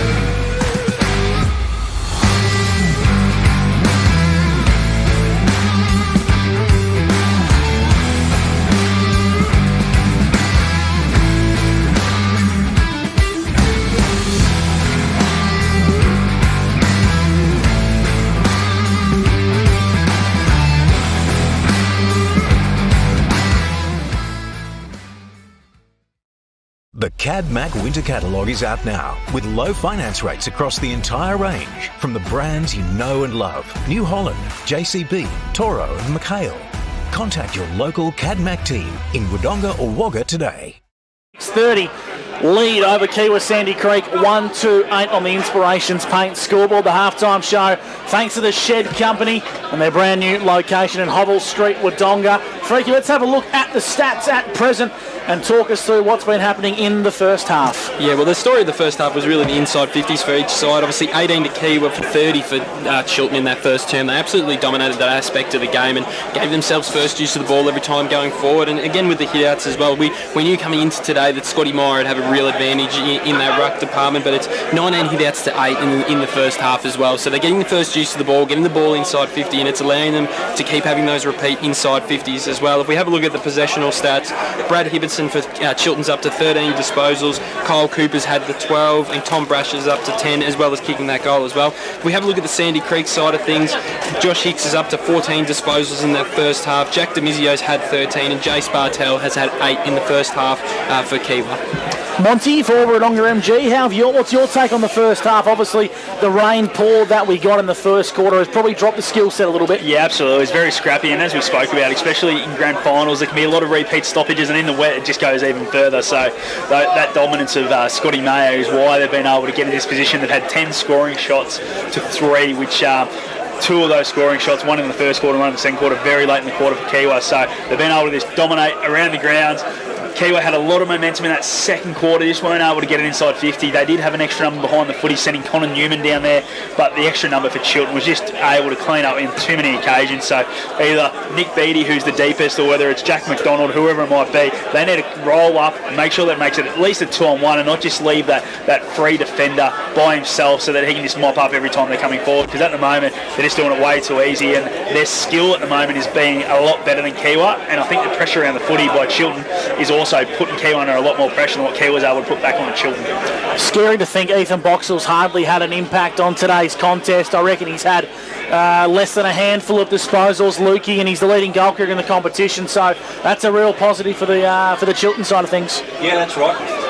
That's right, Gus, and we saw him spend some time on the bench as well, Ethan, and then, make his way back out to the Lockhart's Gap Road end when they had a forward entry down there. But that's right. I mean, it's almost imperative that the Hawks get the first major of a third term, or if this grand final is in danger of slipping away from them. The score just so hard to peg back in conditions like this, Scotty Montgomery. Yeah, absolutely. They've just got to take their chances. When momentum's going their way, Kiewa, they need to make sure they hit the scoreboard, set up really well around the ground, and give themselves a chance to have repeat entries if they aren't able to hit the scoreboard. Because at the moment, Chiltern just going end to end way too easily and repelling every time it goes in there. Do we think the Kiewa might be trying to play a little bit more dry weather football? We've seen them a couple of times transition the ball, and it has worked for them at times, but other times when they've turned the ball over in slippery conditions like this, they've been outnumbered in the contest, and Chiltern have been able to flip it and go the other way and just keep getting those repeat inside 50s. I think it comes back to the pressure Chiltern's putting on, especially inside their forward 50. Their smalls are really putting the Kiewa defenders under the pump, and it's a lot of crap footy coming out, a lot of rush kicks, a lot of stuff that's going wide, whereas they probably want to be able to just hold it back, take an easy mark and settle the game. The Chiltern's pressure is being able to repeat entry at the moment, so that's probably where a lot of their downfall is at the moment. Yeah, no, certainly is. So we're on the half-time break at the moment at Sandy Creek Recreational Reserve. This is the TDFL Grand Final on the live stream in 1494 2AY. As we might get to a break here on the live stream. No, we're going to stay here and keep rolling. Freaky, just recap, mate, the inside 50s up until this point, half-time. Yeah, in that first half, it was, as we touched on, Chiltern have really dominated and kept getting the ball inside 50 to start off. It's 30 to 18 in this first half. They've just been able to total domination in that part of the ground and just been able to keep doing repeat shots to goal. And obviously, as Scotty rightfully touches on, 10 shots to goal to 3 tells a lot of the story about how well the Chiltern has been able to perform in really hard conditions as well. We saw how much it rained in the first quarter, I should say, but it's just that Chiltern have been able to adapt to it quicker. We thought early on the Kiewa might have been able to adapt to it pretty well, but Chiltern, to their credit, have really come back harder. And if they can hold a similar lead at three-quarter time, Scotty and Luke, you'd think that it'd be very, very tough for Kiewa to come back. Yeah, I think in that first quarter, when it was actually raining, I thought Kiewa adapted a lot quicker. But then once the rain sort of cleared, it felt like Kiewa went back to the original game plan, whereas Chiltern were just a lot quicker to be able to maintain that game plan of wet weather footy. And as Scooter said, at quarter time, both coaches brought it up. It's wet weather footy. Let's make sure we've got numbers around the contest, get someone behind so it doesn't get out the back. Whereas I think that Kiewa probably dropped away from that once the rain cleared, whereas Chiltern were able to keep doing it, and that's why they're in the position they're in. Gee, Scott Meyer, doesn't he fight tooth and nail, not only in the air, but on ground level today? He's been like an extra rover on baller, hasn't he? And we don't need to see perfect footy, but he'll just bash it out to a few runners, and then they can get on the outside and obviously clear the contest. Well, he's just really adapted to the conditions, obviously just getting the ball out of the area. Just all you need to do today, and with the weather and conditions that is, you just need to get the ball moving in your direction, Gussie, and that's what he's been able to do for the Swans. Yeah, he's certainly a barometer. We saw it last year in the limited footy he played in the Ovens and Murray. His tap work is really strong, but the way he can influence around the ball, and what I've really liked about Scotty Meyer's game today, Monty, is he's got a raking left boot, and when he gets the footy, he's popping it to the top of the goal square, putting Chiltern in really dangerous positions at the scoreboard. Especially in these conditions, if you can clear 50, 60 metres and then it hits the deck, it's going to go another 20, so he's just been able to adapt a lot quicker, and I think that comes back to experience. He's played a lot of footy. He's been one of those guys who's playing a lot of clubs around the country. He just knows how to adapt the quickest, and at his age, he's the premier player in the competition for a reason, and he's showing us today. If we do an Atura Albury netball update in the A-grade grand final at the moment, Kiewa out to a 10-goal lead there, 31 to 21. And if we go around the grounds for Lewis Dixon Holmes in the Hume League grand final at the moment, is still a 12-point lead to Osborne, 29 to 33. Sorry, 6-goal lead. It's just 6-point lead. The goal just flicked over as I was reading it there, so that's why it threw me out. So 6-point lead to Osborne in the Hume League grand final, 29 to 23 at the moment. That really muddled me up there, Scotty, seeing that goal. It's got you, hasn't it? It's got you all rushed. I'm rattled. I'm thinking about got too invested in it, aren't you, with the McKinlay name, but he rolled into the Holbrook chapter today, especially with the article during the week. I think he's got the Pies on his mind too, Scott. Yeah, absolutely. I was going to say, I've got Holbrook on my mind, I've got the Pies on my mind. There's a lot going on up top. And Lukey, he's a Kiewa boy at heart, so this result right now is really throwing him out. He's definitely feeling it, I think, at the moment at half time. Sprinkles freaks in all sorts today. There's no other way to describe it. He's got a lot of mixed agendas going on. You might say I'm in hundreds and thousands, Gus. Oh, jeez. Wow. I just think if continues the way it's going with Holbrook down at half time, Kiewa down at half time, and Collingwood probably going to lose tonight, it'd be a poor Saturday for you, Freaky. That is a tough day at the office for our number one stats man, Brad Sprinkles Freak. Half-time in the TDFL Grand Final on the half-time show. Thanks to the Shed Company, sees Chiltern holding a lead. A lead 4-6-30 to Kiewa 1-2-8. And we'll take a break here and bring you the second half on the other side. It's the TDFL Grand Final on 1494 2AY, or streaming right across the globe where you won't miss a thing. The CadMac Winter Catalogue is out now with low finance rates across the entire range from the brands you know and love. New Holland, JCB, Toro and McHale. Contact your local CadMac team in Wodonga or Wagga today. The team at DTD Engineering in Thurgoona love steel fabrication. They do it every day for businesses all across the border region, and they'll do it for you too. You name it, they fabricate it. From stainless and mild steel work to structural steel work. Difficult fabrication and installation projects, they love those too. And DTD does it all, from quote to paint to deliver. DTD Engineering Thurgoona and dtdeng.com.au. Proud sponsors of the Chiltern Swans Football Club. The moment you step inside Build Pro Lavington, you'll feel it. 100% unadulterated customer love. It's how they do things at Build Pro. From their service to their stock, you'll love their range of Austral bricks. Austral's been making bricks for over 100 years, and Build Pro are the only local distributor. So for customer love and the best range of bricks and pavers, see Build Pro. Way to go, Build Pro. Tallangatta Road, Lavington.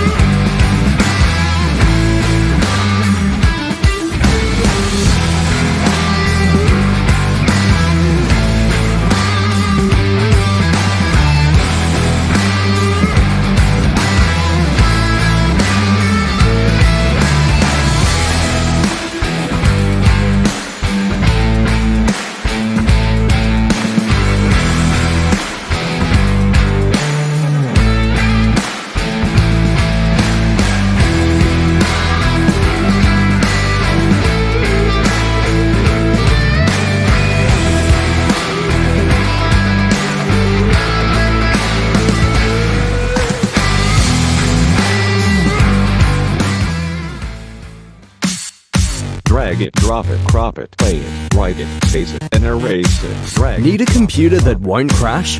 Need your Wi-Fi turbocharged? Need better data backup?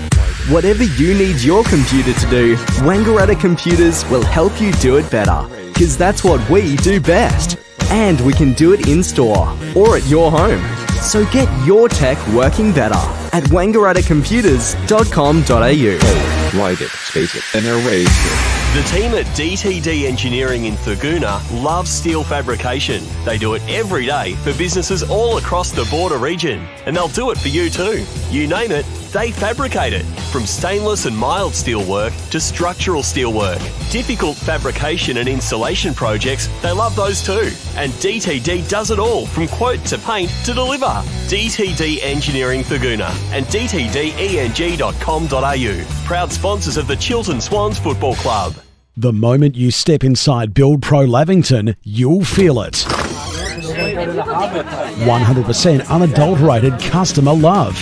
It's how they do things at Build Pro. From their service to their stock, you'll love their range of Austral bricks. Austral's been making bricks for over 100 years, and Build Pro are the only local distributor. So for customer love and the best range of bricks and pavers, see Build Pro. Way to go, Build Pro. Tallangatta Road, Lavington.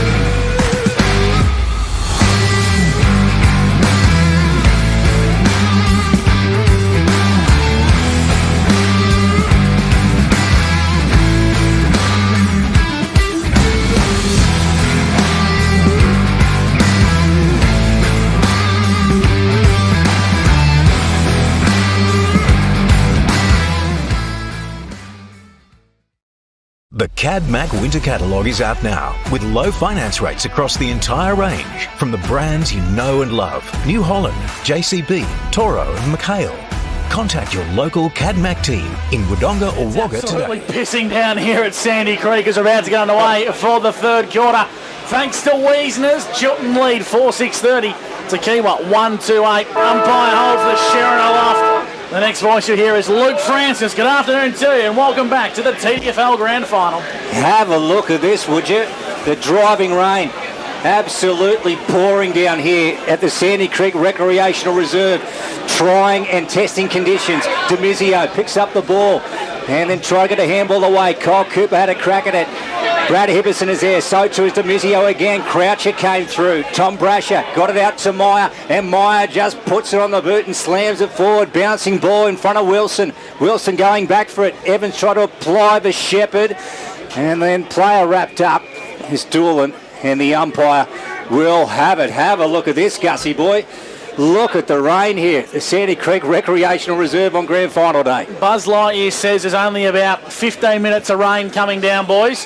As we go boundary side to Scooter Fraser for the Charcoal Kings. And apparently it's sunny in Barrandoota right now, boys, so we get through this little bit and the rest of the game will be beautiful. Conditions pretty wet here, and there's a whole bucket of chips in front of our broadcast position on the turf. I reckon the turf's that good you could almost eat those, boys. Footy comes back into play. Wilson left it behind. Demizio has a go. Umpire happy to put the whistle away here to start the third term. He might bring it out here. That's going to be a free kick, holding the footy. It's going to go the way of the Hawks, and Geordie Croucher needs to spark some life into Kiewa to start the third term for Wiesners. He comes this side. Bodie Hibberson got pulled off the ball. Umpire said played on. Nick Brasher out to Reece Ritchie. And Reece has taken a mark. We spoke about it at half time about how Kiewa were trying to play dry weather footy, and that kick just from Geordie Croucher just didn't quite hit the mark. Drop mark from Cam Evans and just puts him under the pump again, and Reece Ritchie takes as easy a mark as you'll get in the goal square. This will hurt the Hawks. Reece Ritchie has missed it. Wow. That's from 12 metres out, straight in front. I don't think you can do that, can you? You couldn't mean to miss that. You lads got any wide out? I already marked that down. Oh, well, that's what Moz McLeod's back. He's just blown it from about 15 out, Reece Ritchie. Moz McLeod Lukey. Get a load of that. Good name for a racehorse, Gussie. The fullback position from the Hawks. Man was held in the contest against Meyer. Umpire said nothing in it. And we'll have a restart. These two sides met on 2 occasions this year. Round 4, Chiltern claimed a 3-point win in round 15, a 1-point victory. And they currently hold a 22-point lead at present. 2.5 minutes gone into the third. High up and under. Tracking that one back. Collins. Big contest. Scotty Meyer and Cam Evans just went bang, and I reckon it was a fairly fair contest, Monty, but yeah, it was little Bodie Hibberson, so littlest man on the ground, but I definitely don't think he was watching the footy this quietly, but Cam Evans has got up bravely. He stood in the hole and he's done well to get his team the free kick. So he'll kick long down the wing to a contest. Brasher flew high, brought it to ground level. Connor Newnham gets about 50 metres on the boot for Kiewa Sandy Creek, and this is a move that I like, Monty. It looks like Jack Demizio's gone forward for the Hawks. Yeah, just about to say that. They've thrown him forward, just to try to give him a bit of a spark across half forward. He hasn't gone too deep, so obviously just trying to get a bit more run through that half forward line, a bit more of a link up. And the Hawks winning good field possession too after that kick from Connor Newnham. Ball back into play. Left to centre wing, far side. And coming out, Josh Hicks on the boot, just gets a forward entry for the Hawks to the Gaps road end. And then putting it down was Caleb Boxill. Van Claveren trying to mop up for the Swans. Off to Vandermeer, who puts it down on the boot for the Hawks. And a mark is taken. Scott Bartell's got it. Yeah, how good was that? I think it was little Jace Bartell. Got the footy back for Kiewa. Just a little pop over the shoulder to his cousin, and he'll run it. He'll have a shot on goal here from about 20 metres out. And if he kicks this, it's a 2-goal turnaround from that miss from Reece Ritchie, which should have been an easy goal. Yeah, and don't they need it. So Scott Bartell to have a shot to the Lockhart's Gap Road end. About 25 out. What can Scott do? Will he get the Hawks second? No, he'll miss. And he kicks it behind as we go back down to Scotty Fraser for the Charcoal Kings boundary side. Yeah, costly miss, boys. This rain's coming down a little bit heavier now. Kiewa will certainly need to get on the scoreboard with some goals. A couple of early touches in this last quarter on the Mac Jack Shed stat sheet, one each for Demizio, Hicks and Bartell for the Hawks. So if you just joined the broadcast, Chiltern lead 4-6-30 to Kiewa Sandy Creek 1-3-9 on the Commercial Club scoreboard. And Chiltern have the footy at fullback, the Lockhart's Gap Road end, and they kick in towards the gate side. High up and under, Meyer was the target, brought it to ground level, spills out towards the back of the contest. Blazic needs to be clean for the Hawks, he is. Finds the right boot, high up and under, tracking back is Meyer, made a contest with Bartell, spills out, man tries to get it forward. Here's a go for Hicks, left it behind. The Hawks have to be clean, they're not, and they clear defensive lines, do the Swans. Free kick. Looks like this one's going to go the way of Brooks. for Chiltern on the edge of the centre square. Swans move it down towards the Reese Ritchie direction. Reese is out the back, puts it on the boot. Tumbling ball, McGee. And also, is it Doolan back there? Yep, picks it up. And he's brought down to the heavy tackle from Wilson. And he's gone. So Wilson gets it for the Hawks in the back pocket. And he wants to come broadcast side. Curtis is awake to it. And Wilson straight to Curtis. Taps it in front of him, plays on. Hibberson, this is Brad, has a shot of the sticks. Across the face and has gone through for one behind. 31 plays 8 in the Commercial Club scoreboard. Jeppo Donk's time clock has gone 6 minutes. Let's go to the Mac Jack stats. Here's Brad Freak. Yeah, a couple of early inside 50s for Chiltern as well in this third quarter. One for Kiewa as well, but both teams not being able to take their opportunities at the moment. That's really going to hurt, obviously, Kiewa at this stage when they've got to chase the game. Blazic goes by hand and the Hawks hit the football up towards true centre wing. Newton marks and comes through the centre. Finds a right foot kick. Has to be. Umpires paid advantage. Demizio chips over the top. This is the best footy the Hawks have played all day. And the ball's been marked by Hicks. And if it's anything like his kick in the first quarter, he's going to want to dish it off, and he does. Great football from Kiewa Sandy Creek. And the mark's being taken by Nathan Vogel, 45 metres out directly in front. Some really good use there, and they're able to get forward to the footy of the Kiewa boys. They had Jason Bartel sitting in the pocket all by himself too. Jake Hicks had got to him a bit earlier, but he's found the right option straight in front again. Vogel, a must-kick goal to the Gap Road end. Right foot kick, looks good. Vogel scores for Kiewa Sandy Creek. And they take their total to 17. It's a 23-point ball game. Just been able to take their opportunities there. Obviously, they're only the second inside 50 in this third quarter, been able to have 2 shots at goal. Obviously, in the first half, they had the 18 inside 50s, but only 3 shots at goal in that first half. So, able to take their opportunities more, Kiewa, in the third quarter. Scotty Fraser for the Charcoal Kings. That's exactly what the Hawks needed. Exactly what the doctor ordered for the Hawks. A beautiful kick by Cam Evans out of the back line, and exactly what Kiewa need to do, get over the back of the pack and run on and get a shot at goal. And a fantastic finish from Vogel. 30 plays 8. The Premiership Cup between these two teams. Will it be Chiltern or will it be the Kiewa Sandy Creek Hawks? Scoreboard is down. It's 4-8 to 2-3. Lukey, sorry to correct you. There you go, Gussie Beauty. So it is on the blink, that scoreboard. Kyle Cooper. And then ball up in the air. Josh Hicks got tackled. And then McDonald goes in. And look at the players. Martin, he's brought to ground by Ethan Boxall. Jed Andrew. And then Nick Brasher up to Scott Meyer. They get another entry, the Swans. Doolan, it's in front of him. Right foot snap on goal. It's missed everything and it's gone out of bounds. Scotty Montgomery for Albury Wodonga MG. Yeah, Buckley Wilson's playing Mark Doolan beautifully at the moment. He's just letting him get up the ground a little bit, but he knows he's got that closing speed if he needs to, and really putting down the pump and making sure he doesn't get any easy mark, but also when he hits ground level, he's having to kick around his body rather than being able to turn around and kick, because he is a beautiful kick of the footy, Mark Doolan. 32 to 15, the Swans lead. Kick from Doolan. Touched on the line. Taking that one across was Cam Evans, and the score moves to 33 to 15, favouring the Chiltern Swans on the Commercial Club scoreboard. Brad Freak for Mac Jack Stats. Yeah, repeat inside 50s there for Chiltern in that time. There they had 3 inside 50s, a couple of touches for Jack Demizio on the Mac Jack shed stat sheet in this third quarter. Nick Beattie takes a safe mark, half-back flank, and he wastes no time. He moves it on. Out towards, the half-forward flank, Connor Newnham. Just tried it, keep it in front of him off the ground. Lappin did well for the Swans. On the boot, high board. Jack Andrews sits under it and takes the marks of the Hawks. They might just pound it back in. Here goes Jack. He goes short. And, ball put down. Swans will win it. Vandermeer got it out wide. And then has to go again, Vandermeer. And he's been taken high. And the Swans will have it. So I've almost gone, close to 9.5 here in the third term on the Jappo Donks time clock. Here's Gus McLeod on the live stream for 14.94 2AY TDFL Grand Final Day. 33 plays 15, favouring the Swans. Blazic head over the football for the Hawks. True centre wing, far side. Spills out now on top of the football. Players for both sides spilling around. Jed Andrew has a crack. Umpire should restart this one. As we go to Brad Freak for Mac Jack. Yeah, we have an Atura Albury a netball update. Kiewa Sandy Creek have won the A-grade netball grand final by 21 goals, so congratulations to Kiewa, 44 to 23. Big turnaround considering they got rolled in the major semi-final by Midder.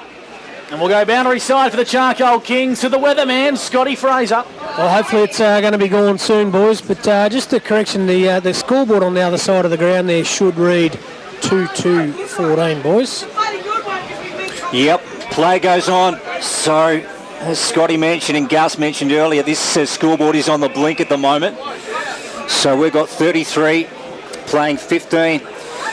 Gus McLeod's done some great work ducking next door to get the correct score. 33 plays 15. The Chiltern Swans up on the Commercial Club scoreboard. Ball back into play. Boundary throw in, man, well, uncontested in the end in front of Tom Brasher. Tries to keep control of the ball. Jed Andrew hot in his hammer. Ball has again gone out of bounds as it just continues to pour down here at the Sandy Creek Recreational Reserve. Scott Fraser, Scott Montgomery, Brad Freak, Gus McLeod and Luke Francis with you. Hope you're enjoying the action. It is tight in the clinches, Gussie. They kick long down the line to the Hawks. Myers there. And he gets a fist out of bounds for a boundary throw in. True centre wing, car park side. If we go around the grounds for Lewis Dixon's home in the Hume League Grand Final at the moment, Osborne out to a 7-point lead there, 38-31, halfway through the third quarter. So boundary throw in. True centre wing. Main gate side of Sandy Creek Recreation Reserve. On a heavy 10 track, but it's still looking pretty good. Football spills out towards the back. Chiltern have numbers. They go towards Brasher. Dispossessed, regathers the footy. Could have got an appeal for a push in the back there. Umpire said nothing in it. Martin lurks. Lappin's in the contest. Spilling around. It's an absolute pinball machine in there. Umpire needs to blow his whistle. It spills out now. Meyer paddling it towards the boundary line and happy to go out of bounds for a restart. 4-9-33 the Swans. Kiewa Sandy Creek. 2-3-15 on the Commercial Club scoreboard. If you missed the result of the George Main Stakes today in Sydney, big Group 1 event, it was Animo taking it out from Ice Bath and Hinged. Animo returning about $1.60. What a star he is. Ball back into play. Phelan and tries to wheel out of the contest. Josh Hicks just tore it out of his hands and the umpire will take it again. Of course, the Sir Rupert Clark on in Melbourne also. As we go back to Freaky on the Mac Jack stats. What do you got for us now, Freaky? Yeah, a couple of touches still to Demizio. There's been a lot of pinball footy in there, not a lot of clean possession so far in this third quarter. Newnham, it's going to be a free kick for a push in the back. It's going to go the way of Chiltern. And it looks like it's going to be Benny Mason, the recipient of the free kick. Monty is working his way into the game. Yeah, that's it. He's played a really good defensive role and he's starting to find a bit of the footy himself now. Kick was poor, trying to find Finn Lappin. And it's out of bounds for a boundary throw. And boundary side, Scotty Scooter Fraser for the Charcoal Kings. Geez, Dale Martin and Zach Collins must be buggered, boys. They swapping on and off the ground onto that wing. And as Jace Bartell comes off for Josh Hicks as well. Some great interchanges for Kiewa. They just can't get on the scoreboard. Yeah, well, that's it, Scotty. I'll tell you what, I'm going to see some players really feeling the pinch in the final term. Heavy legs in these conditions. Ball back into play. Meyer down in front of Curtis, and then Josh Hicks, and then Demizio is in there. And the Swan is wrapped up. Who's in the bottom of that pack? It's Kyle Cooper. So Demizio's won it.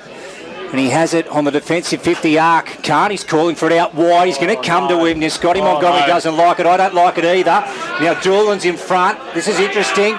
Doolan got hands to it. Over the back to Carney. Very fortuitous in the end. McGee takes the mark, drops it on centre wing. McDonald goes out the back now to Ross. And then on to Collins and the Hawks are out. Inside forward 50s where they want to go. The kick's dangerous. Can't quite get that one alive, Bartel. And it spills out of bounds for a boundary throw in 50 metres out from the Hawks goal. They look to be dangerous, Monty, when they play fast. They do, but they've just got to be a bit better with the decision making. That could have really turned over and Mark Doolan going back inside 50 there if he had been able to hold on that mark. They've just got to pick the time to make sure they're switching and that they can play on with it, because right then he would have been shut down anyway and it would have just closed the game down and they would have to make another switch kick to open the game up again. 33 plays 15, favouring the Swans. On the Commercial Club scoreboard, 50 metres out from the Hawks goal. They're just trying to gain some yards. Blazic lurks around this contest. Pinballing around. Meyer clears defensive lines for the Swans, and the ball spills out towards Ritchie in a foot race against Demizio. And the paint of the boundary line beats them all to have a boundary throw in just forward of true centre, favouring the Hawks at the car park side of Sandy Creek. Yeah, true slog. The TDFL Grand Final for 2022 on the live stream in 1494 2AY. So Chiltern have won their last 8 games, including a 40-point win over Beechworth in the qualifying final to get here. And the Kiewa Sandy Creek Hawks will lost their first final to Beechworth. Then they defeated Dedarang and turned the tables on Beechworth in last Saturday's prelim to make it through. Free kick given to the Hawks, and Blasik's got it. And he wants to come this side, and he'll go to Croucher. Croucher and Bodie Hibberson. Josh Hicks came in on the contest. Evans tried his best, knocked away at ground level. Carney onto man. He's wrapped up. Carney ends up with it again. Tom Brasher's got him. Well done. So Brasher, now he's got Hemming on, gets him. True half back for the Swans, and they have possession. Haven't had a goal in the third quarter yet at the 15, or one goal I should say, Monty, the 15-minute mark. And it's a pretty low scoring encounter, 33-15. Brasher's got the footy across half back. Kicks long down the broadcast side wing, trying to find his brother. Hit man in the face. And the Hawks happy to take it out of bounds via Josh Hicks for a restart. Let's go to Scott Montgomery for Albury-Wodonga MG. Yeah, we saw in that passage play there by Kiewa. It'd be very frustrating to be one of their forwards at the moment. You just want to get it inside 50 as quick as you can, whereas they're just giving too many handballs, and a day like today, it's just not going to work for you. Mayor Bogle after it, Brasher too. Brasher was first to it. That was Tom Mason, or just lost a handle on the footy. Jack Andrew going in. And then it's tied up, ball not coming out of there. The umpire's going to call for it. So we're almost gone 16.5 on the Jappo Donks time clock. Commercial Club scoreboard is now 33-15 the Swannies way. Here's Gus McLeod. And the Hawks have got some work to do in this final quarter and a half in the grand final. Chiltern inside forward 50. Andrews there. Demizio's worked back in defence. Good duel here, trying to spill the ball out. Demizio's lurking once again. Hibberson left it behind. Andrew comes through with a handball, goes over the top and finds Andrew. Kicks towards centre half forward. Well done by Van Claveren. Newnham brings it to ground level, trying to make an impact on this contest. Spills out towards the back. Bartel's there. Newnham's there. Hacked forward off the ground by Caleb Boxall, and it lands in the lap of Demizio. Sure does, and it goes down towards the half forward flank. Got past Connor Newen. Jack Andrew goes in, and then Evans decides to hack it off the ground. Not pretty, but just gets it forward. And Caleb Boxall, losing it was Radley. Beattie goes off the ground towards a Scott Bartel direction. Van Claveren back there, beats him across the line, and it's gone through for one behind. We'll go back to Freaky on the MacJack stats. Freaky, what's the standout stat of the third term? Yeah, probably 5 inside 50s to Kiewa. There's been a lot of fumbly footy. Obviously, the conditions and the greasing conditions aren't conducive to high possession ball. Jack Demizio's up to 4 disposals in this third quarter. Yeah, and Kiewa on top in the inside 50s, but just only been able to kick the one goal in this third term. Boundary side for the Charcoal Kings. Scooter Fraser. We do have a technical difficulty with that scoreboard over the other side, mate. The correct score is 4-9-33 Chiltern to Kiewa Sandy Creek 2-4-16. So Demizio, hands on the Sharon, pumps it inside forward 50. Man makes a contest. Where are the smalls for the Hawks? Bartel's there. The Swans have numbers. And taking it across the boundary line is Finn Lappin for a boundary throw in 45 metres out from the Hawks goal. Monty for Albury-Wodonga MG. They really need a goal here, Kiewa. If they're going to be any chance to make a bit of a last quarter comeback, they're going to have to score from this inside 50. Otherwise, it's just going to be too big a hill to climb in the last quarter.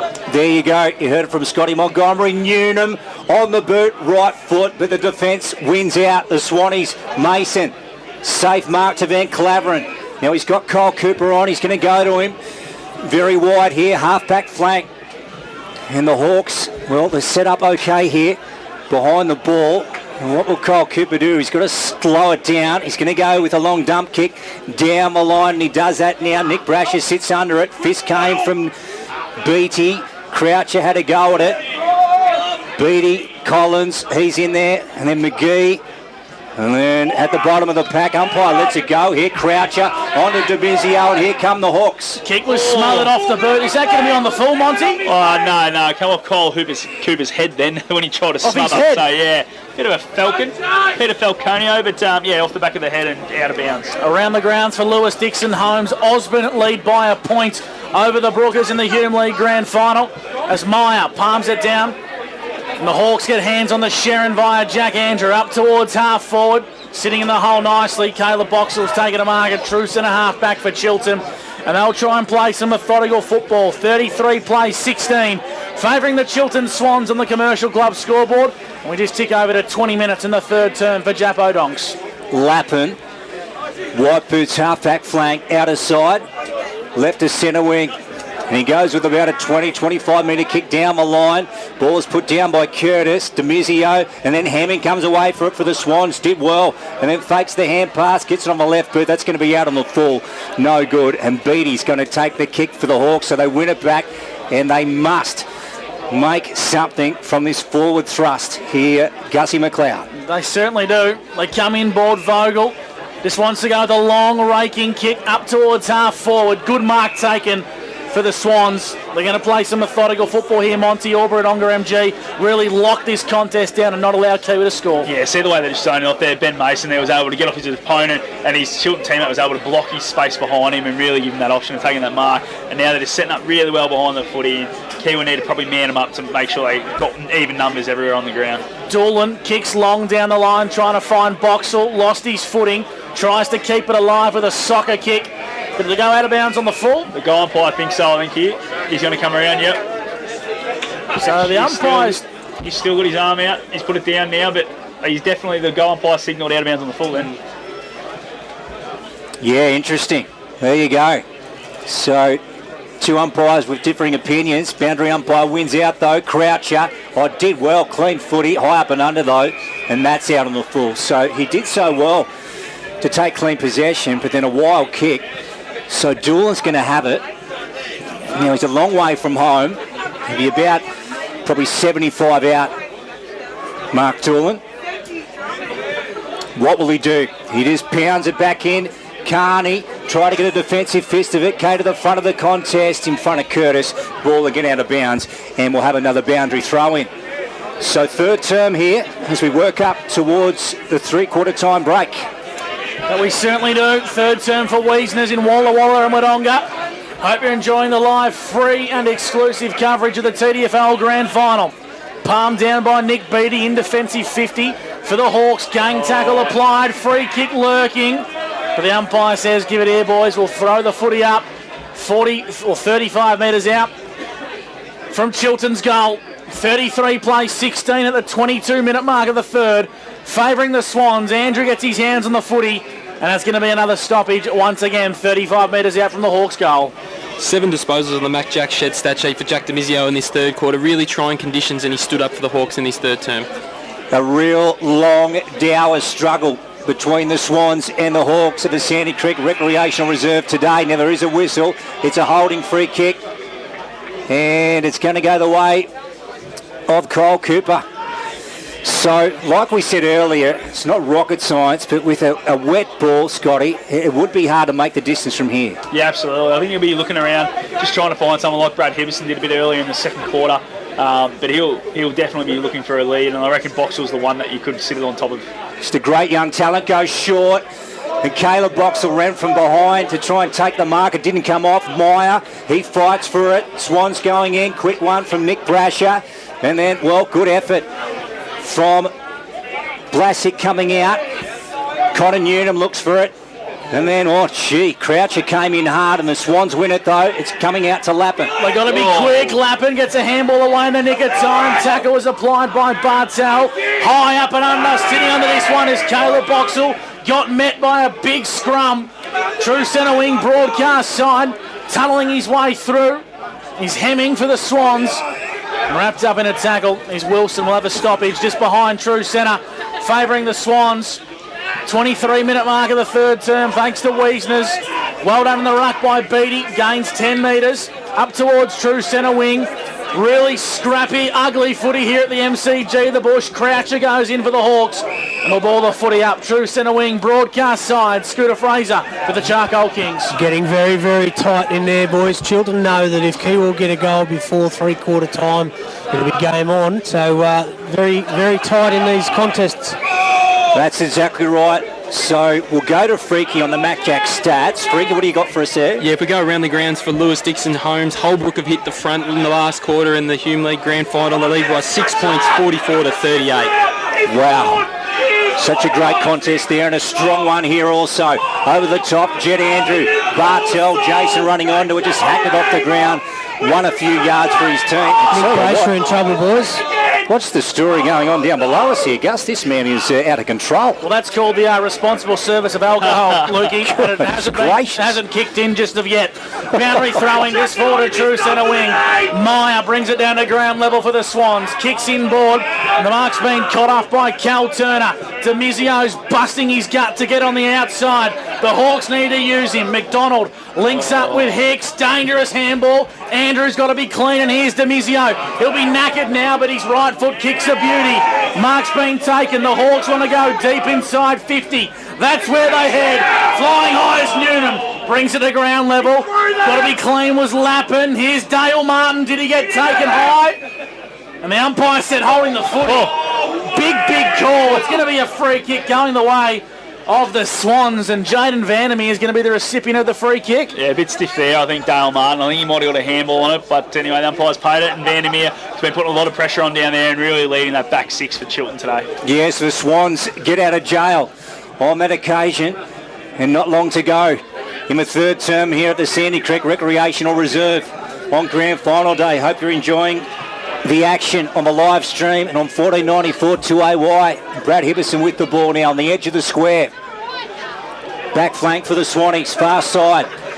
He's taking a while to get rid of this ball, Brad. Now he goes with a long one, driving kick up towards, well, the right edge of the square. Ethan Boxall overran it. And Reece Ritchie is in there, so too is Turner. Players join the pack. Umpire's going to have it. Oh dear, isn't this one a struggle? Just a real arm wrestle this afternoon as we go to Gus McLeod on the TDFL live stream. Good afternoon to the 1,200 people tuning in on the live stream or via 1494 2AY. 33 plays 16, favouring Chiltern. Inside 50 they go. Got to be clean. Here is McDonald. Wasn't. Here's a go for the Swans. Handball's got to come, and it doesn't. Wrapped up in a big tackle was Reece Ritchie, and it's going to be a free kick to or the Hawks, I should say. And it's going to be Wilson. He's going to have to try and slow things down. Andrew was on. He got burnt. And Cam Evans, he's alone in the pocket. Ignored once again. And the Hawks are going to pump this one long down the line, Lukey. Sure is, Gus. Goals just so hard to come by on a tough day at the office here at the Sandy Creek Recreation. We've got to get going on, boys. Rural Reserve. So, yeah, there is a bit of a scuffle as we're about to get to the three-quarter time break.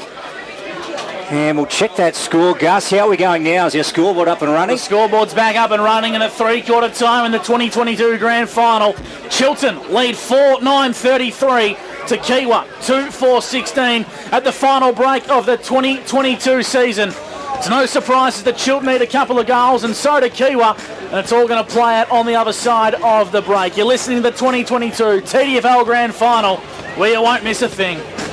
The CadMac Winter Catalogue is out now with low finance rates across the entire range from the brands you know and love. New Holland, JCB, Toro and McHale. Contact your local CadMac team in Wodonga or Wagga today. The team at DTD Engineering in Thurgoona loves steel fabrication. They do it every day for businesses all across the border region, and they'll do it for you too. You name it, they fabricate it. From stainless and mild steel work to structural steel work. Difficult fabrication and installation projects, they love those too. And DTD does it all, from quote to paint to deliver. DTD Engineering Thurgoona and dtdeng.com.au. Proud sponsors of the Chiltern Swans Football Club. The moment you step inside Build Pro Lavington, you'll feel it. 100% unadulterated customer love. It's how they do things at Build Pro. From their service to their stock, you'll love their range of Austral bricks. Austral's been making bricks for over 100 years, and Build Pro are the only local distributor. So for customer love and the best range of bricks and pavers, see Build Pro. Way to go, Build Pro. Dallinger Road, Lavington.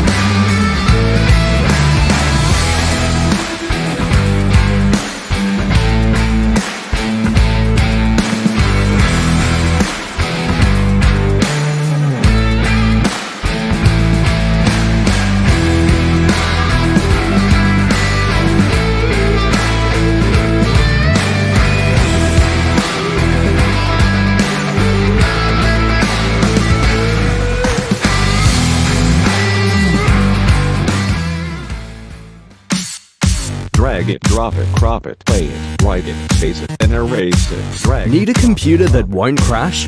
Need your Wi-Fi turbocharged? Need better data backup? Whatever you need your computer to do, Wangaratta Computers will help you do it better. Because that's what we do best. And we can do it in-store or at your home. So get your tech working better at wangarattacomputers.com.au. write it, space it, and erase it. The team at DTD Engineering in Thurgoona loves steel fabrication. They do it every day for businesses all across the border region, and they'll do it for you too. You name it, they fabricate it. From stainless and mild steel work to structural steel work. Difficult fabrication and installation projects, they love those too. And DTD does it all, from quote to paint to deliver. DTD Engineering Thurgoona and dtdeng.com.au. Proud sponsors of the Chiltern Swans Football Club. The moment you step inside Build Pro Lavington, you'll feel it. 100% unadulterated customer love. It's how they do things at Build Pro. From their service to their stock, you'll love their range of Austral bricks. Austral's been making bricks for over 100 years, and Build Pro are the only local distributor. So for customer love and the best range of bricks and pavers, see Build Pro. Way to go, Build Pro. Dallinger Road, Lavington.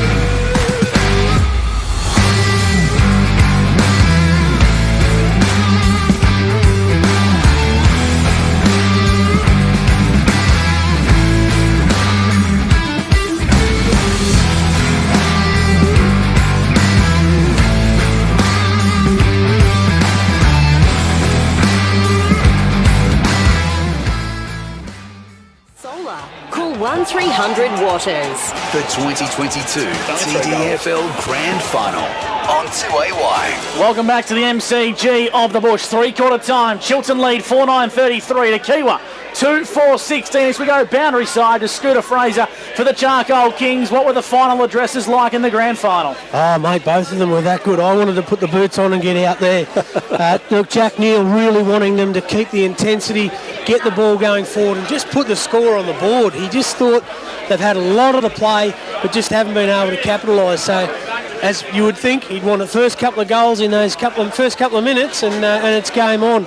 On the flip side, Luke Brooks yelled out to every reserves player, get in here with your medals, and basically pleaded to his senior boys, 25 or 30 more minutes and we'll be able to celebrate with these boys if we work hard enough and keep going at it.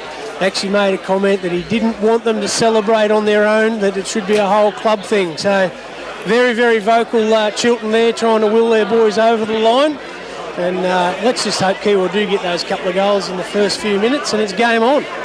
If we go around the grounds for Lewis Dixon's home, the Hume League Grand Final, Holbrook out to a 20-point lead halfway through the last quarter, 64-44. So I can only imagine what one R-Bar McKinley is doing at the moment, Gus Man, but looks like the Brookers might be home in that one. Put it to you this way, I wouldn't want to bump into Robbie McKinley this weekend. Put aside half an hour because he'll tell you all about the Brookers. Looking like they'll come home in the big dance. Big change here for Kiewa. They put Dylan Blazic to half forward, trying to get a bit of pace across that half forward line. They tried it in the third quarter of Jack Demizio, but they've gone with Dylan Blazic to start this last quarter. Well, this is all that's left of season 2022. Umpire holds the footy aloft. The final quarter in the grand finals underway for Waters with Luke Francis. Here we go, Meyer out of the ruck. Demizio though picked it up beautifully and straight on the boot as he got brought down in a tackle. Rolling ball, Mason just hacked it off the ground. Now crouches in hot pursuit. Lappin meets him. Lappin did well, got hands to it and then he missed it. Mason, was it a push in the back? No. Gets brought in, umpire calls for it, crowd vocal here. Last term TDFL Grand Final on the live stream in 1494 2AY. 33 plays 16, the Hawks need a quick one to start the first term for Waters. I tell you what, it's been a long day. I can't even get me words out. Scotty Montgomery for Albury Wodonga MG. A long night too for you, Gus McLeod, but again, at the start of this last quarter, lots of repeat stoppages. It's just all Chiltern need now, just keep killing the clock. That's all they'd want this last quarter. Man went up uncontested and it spills out of bounds for a boundary throw in. Scoot, boundary side for the Charcoal Kings. Just need to get a clear kick out of this contest, boys, and hopefully get a score on the board. Kiewa just got to roll the dice. Meyer in the ruck towards Brasher. Martin happy to take that one out of bounds, or the umpire says throw it in. Just another one. Mark Dawn's come up around the footy, so he said they just want to kill the clock. They want to get repeat stoppages. That's what he'll be up there trying to do. Boundary throw in. True centre wing, broadcast side. And the umpire says, have another go at that one, son. We'll have another boundary throw in. So we played 90 seconds on the Japo Donks time clock, and on the TCM scoreboard, 33 plays 16, favouring the Swans. Meyer and Mann. Here's Andrew. Inboard towards the Mizio. The Hawks need an entry. They get it. Inside 50. Newton's there. Brings it to ground level. Lappin was clumsy. Spills out. Here's a go for Ritchie. And the Swans are away. Reece Ritchie just slams it on the boot to space. Will this be called deliberate? Throw in. On the outer side, centre wing, as we go to Brad Freak on the Mac Jack stats. Yeah, if we go around the grounds for Lewis Dixon Holmes, looks like Holbrook is home, up by 26 points at the 18-minute mark of the last quarter. Wow. Yeah, absolutely huge. I think Osborne had won their last 5 clashes versus Holbrook. Matt Sharp had played in 6 losing grand finals heading into today. What an effort it would be if they could get up. Back here at Sandy Creek Reserve, we've got Tristan Mann with the ball. The Chiltern Swans with 1 foot on the podium. Can the Hawks answer and respond and claw their way back into this grand final? Martin comes wide here. Now Carney's got to go, so too is Bodie Hibberson. Collins makes the contest. Phelan is there. Collins on the boot, rolling ball towards the boundary line, and the umpire is going to call for it. Around the grounds for Lewis Dixon Holmes, the Benalla All Blacks are premiers in the Ovens and King. They've defeated Bonnie Doon 60-35. It looks like Holbrook are home in the Hume League, and Chiltern have got one hand on the cup here at the MCG of the Bush. Here's Hicks, shovels a handball forward. Brash has been good for the Swans. Martin intercepts for Kiewa Sandy Creek. True centre wing, broadcast side. Kicks inboard, and the Hawks are going to roll the dice, Lukey. They certainly do. Oh, beautiful hit. Jake Hicks has got it. He's about 75 out from home, so what will Jake do? Here come the Hawkers. They get a forward entry, shooting. Oh, beautiful mark from Mason down low. That was terrific work. Yeah, he's been fantastic today, Benny Mason. He's been able to chop off a lot of those inside 50s from Kiewa. This is probably the one thing that's letting down his kicking. He's just turn it back over through the middle of the ground. Jack Andrew gets it out to Wilson, so the Hawks are going to come in again. Martin did well, went around one, gets a floating ball forward over the back. Lappin mopping up, as he's done on many occasions today, to Tom Brasher and out to Nick Brasher. And wants to slow down. Marks 5 metres in from the paint of the boundary, right in front of Travis Cartwright, putting together the best local stream in the business from Cartwright Productions. Turnover, and the ball's in the hands of Cal Turner for Kiewa Sandy Creek. And a big shout out to Luke Chilcott from Wangaratta and Indigo Computers for the live stream as well. Dangerous kick inboard. Hibberson's got to be clean. Finds Doolan, the veteran, on the right boot. High up and under kick, and it's chopped off by the Hawks. Scrappy footy. And Kiewa are going to roll the dice once again. They go to the edge of the 50.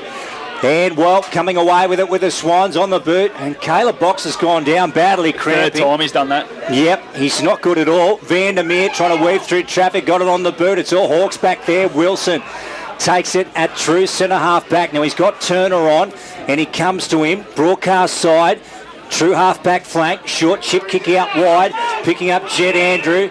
So the Hawkers trying to build. So nice linking up, and now, well, they've just got to try and go forward. Back to Josh Hicks, and Josh right out wide to Jake Hicks. Jake can run on around one. He's got a man on his left, but he starts to go forward. Nice. And he hits Blasick. Blasick, edge of the 50. High entry going in. Beattie over the back. Radley has to go. Working back there for the Swans, and they get a clearing kick. And that's a good-looking clearing kick. Ball's in the hands of Phelan Parker. Marks across half-back for the Chiltern Swans. Left foot kick. Not the best kick. Coming off the benches, Andrew. Can he impact the contest? Turner's there as well. Out of bounds for a boundary throwing true centre wing broadcast side.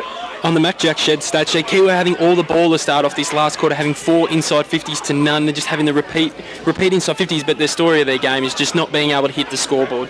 6 minutes gone in the final term on the Japo Donks time clock. Brasher got out of the road. Demizio's around the contest. So is Hicks at ground level. Well done by Phelan. Pinballing around. Clearing lines.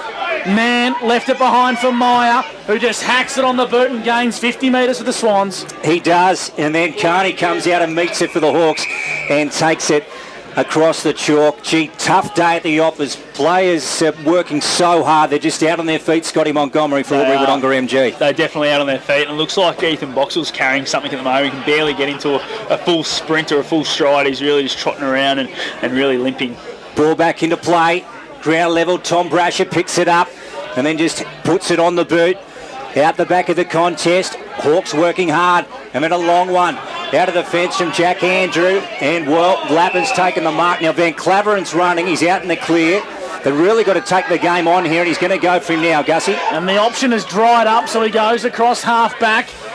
Inboard to Brasher, who marks on the edge of the centre square. This is Nick. For Lewis Dixon Holmes, Holbrook have won the Hume League Grand Final. The Sirens rung 72-44. Here goes the Swans via Hibbison up towards half forward. Good pack flies. Boxall brings to the ground level, and that's holding the footy. Surely umpire. Demizio's got to get rid of it. That they do, and here come the Hawks. Gee, Gus, I was with you. That was a big holding the ball decision. Carney involved, my goodness.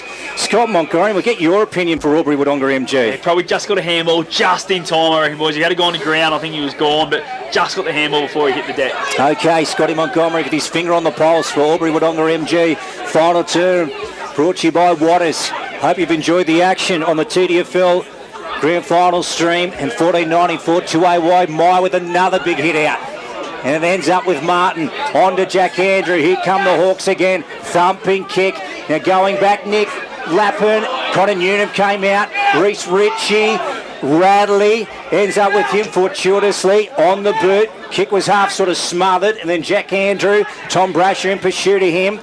And then, well, Jet Andrew goes, and there's a whistle holding the ball. The Swans will get it through Tom Brasher. Yeah, great pressure again around the footy. The Chiltern boys have just been able to put them under the pump and get the free kicks when they've deserved them. Tom Brasher and his Mac Jack's disposals. Brad Freak. He's up to 16 for the game, Tommy's today.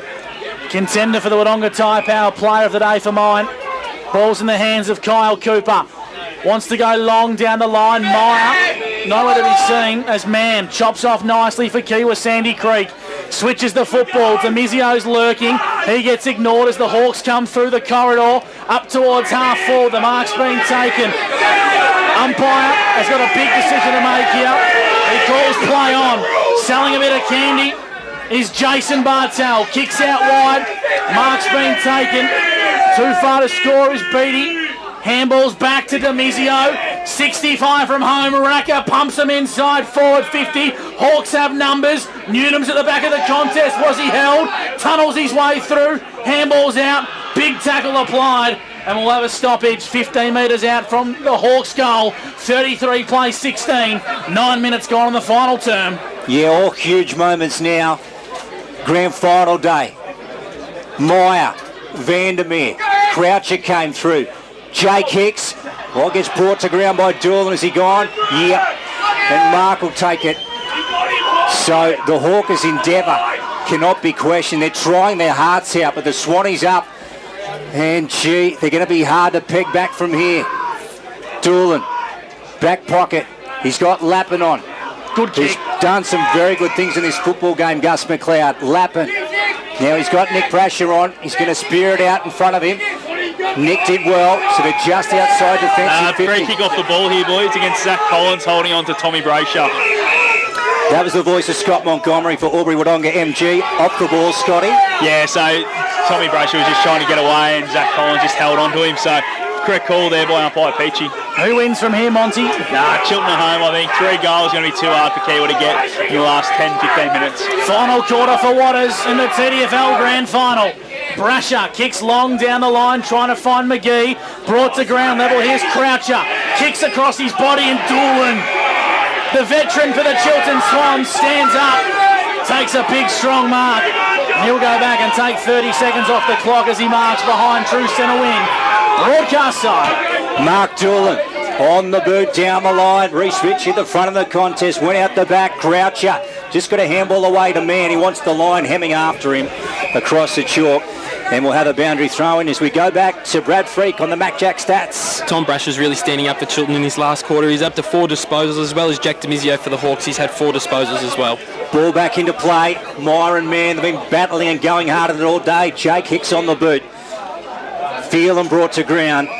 Wrapped up, and the umpire's going to call for it. Gus McLeod, what an atmosphere here. And the Chiltern Swans trying to hang on to claim the premiership in 2022. Umpire throws the footy aloft. Myers been huge for the Swans. Brings it to ground level. Scrum. Pinballing around. And the umpire says we'll ball it up as we go to Scooter Fraser, boundary side for the Charcoal Kings. There's a bit of argy-bargy. There sure is, boys. And Lukey, you say the atmosphere is amazing because the official gate takings is over $36,000. An absolute record for the TDFL. $36,000, which would estimate around 3,000 people through the gates of just adults alone, which is absolutely superb. And of course in the family league I reckon there's 2-1 in the kids here today. Boundary throwing just forward of true centre, favouring the Swans. 33 plays 16 in what's been a sloppy wet grand final. The Hawks in towards the centre of the ground. McDonald's got to roll the dice. He's up against 2 Swans and he's done well, McDonald. Calls for high, umpire says nothing in it, blow the whistle, and we're going to ball the footy up just forward of the true centre position. The Hawks need a goal, they need one quick. They trail 4-9-33 to Kiewa, 2-4-16, TCM scoreboard. Scott Fraser, Scott Montgomery, Brad Freak, Gus McLeod and Luke Francis on the TDFL live stream as Martin comes off half-back, just gets a long torpy towards, well, the top of the 50, and then Bartel swings around, did well, Jason Beattie, a couple of bites and it put it down, Vandermeer goes in, Bartel on his back, was he? No, umpire says throw it in, and well, it's really ramped up here in the final quarter. 33 plays 16 on the TCM Tallangatta Construction and Maintenance scoreboard. Here's Scotty Montgomery for Albury Wodonga MG. Yeah, Beattie really had to be better there, had to take that mark, give him a chance to have a shot on goal, as we're going to see another throw in here. As the boundary umpire didn't quite, he's starting to wear out too. I think the rain's got to them as well. Couple of contenders for the Wodonga Tyre Player Player of the Day, Mont. There's a few. I think Scotty May has been the one that's really set him up. I thought Kyle Cooper's first half was really good. Benny Mason down back's been really good, and Tommy Brasher as well has been fantastic for Chiltern. I think it's going to be from Chiltern, whichever way it goes. Scooter Fraser's boundary side for the Charcoal Kings. We'll cross to you now, Scoot. Getting a little bit quiet down here now, boys. It's gone a bit mellow. I think if we can get a goal to Kiewa here, it might just spark up the crowd again.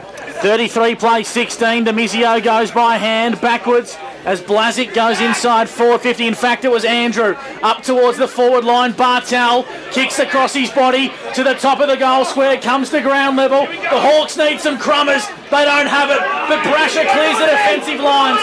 The Hawks can sit underneath the footy. Time falls the way of Ross inside 15. Newton brings it to ground level. Here's a go for Andrew. The Hawks have got to be clean. Man on hands and knees. The Swans cavalry arrive and will ball the footy up 40 metres out from the Hawks goal. Again, that was Benny Mason that ran back with the flight there to get in, break up that mark for Connor Newman. Fantastic work from Benny Mason. Yeah, big moment. So Connor Newman, it looked like it was going to fall straight in the bread basket, but pressure coming. Ball comes out towards Demizio. And also Caleb Boxall dragged it in, did he? Yep. So the Hawks, well, they won't get too many more chances from here. Demizio with the ball. And Jack, 65 out. They need some space down there. Here goes Demizio. Chips it up high, long, down towards their attacking zone over Connor Newton. Ball out of bounds. And we will have a boundary throw in as we go back to Freaky on the Mac Jack stats. Kiewa absolutely dominating this last quarter. They've had 8 inside 50s to 1, but haven't been able to put it on the scoreboard at all. Jack Demizio's had the 6 disposals in this last term as well. 18-point margin. The Hawks have only kicked 2 goals today. They're going to have to kick 3. Bartel to the top of the square. Well done by Brad Hiverson. Umpire said it wasn't 15. And we'll have another restart 10 metres out from the Hawks goal.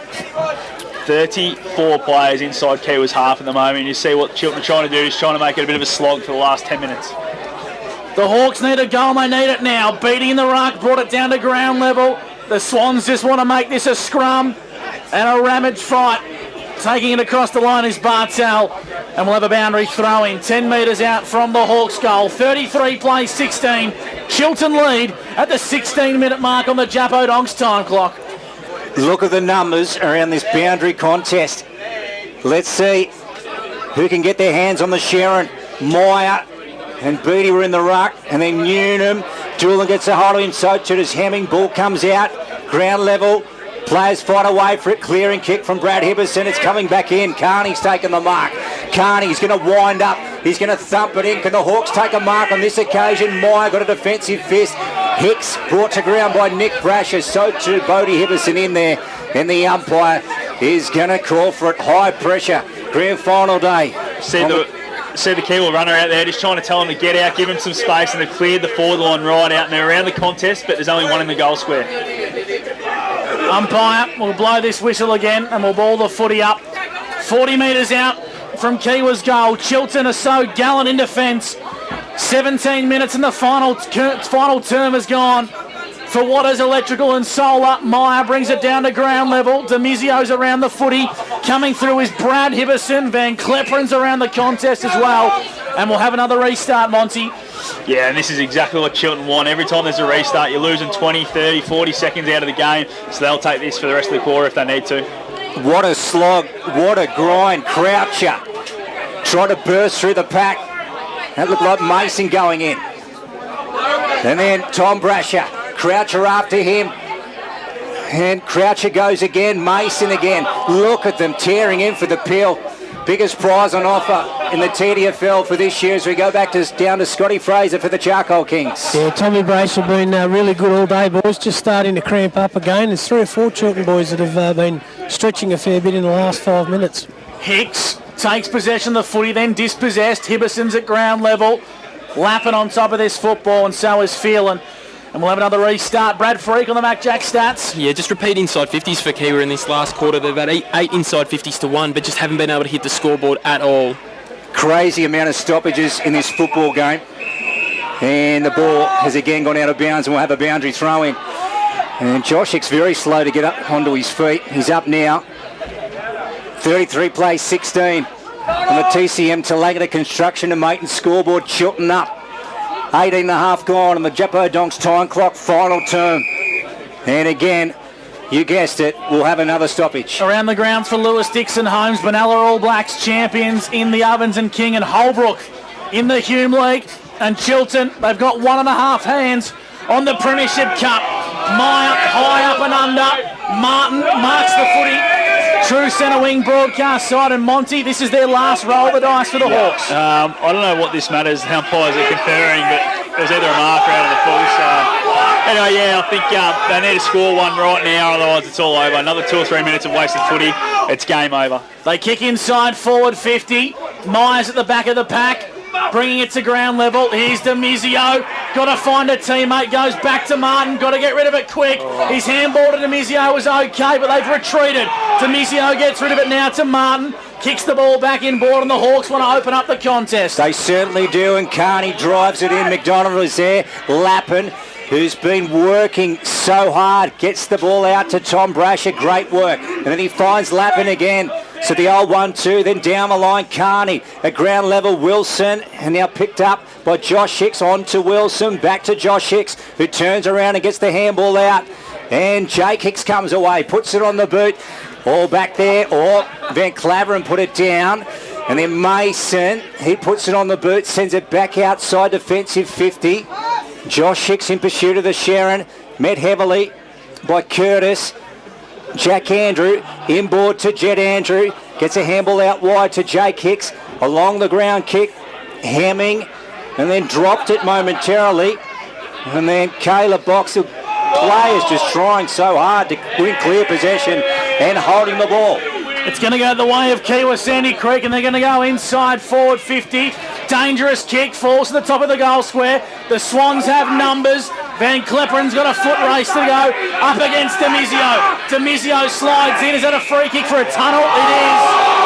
And Demizio saw as well. Van Klepperen will be the recipient of the free kick. And that's about all she wrote in the 2022 Grand Final. 33 plays 16 at the 21-minute mark. I reckon the Swans are home, boys. Yeah, Van Claveren off half back. They're going to be very, very hard to run down from here, the Swannies. Wilson, headband, orange boots. True centre wing, broadcast side, puts it on the boot, sends it forward for the Hawkers.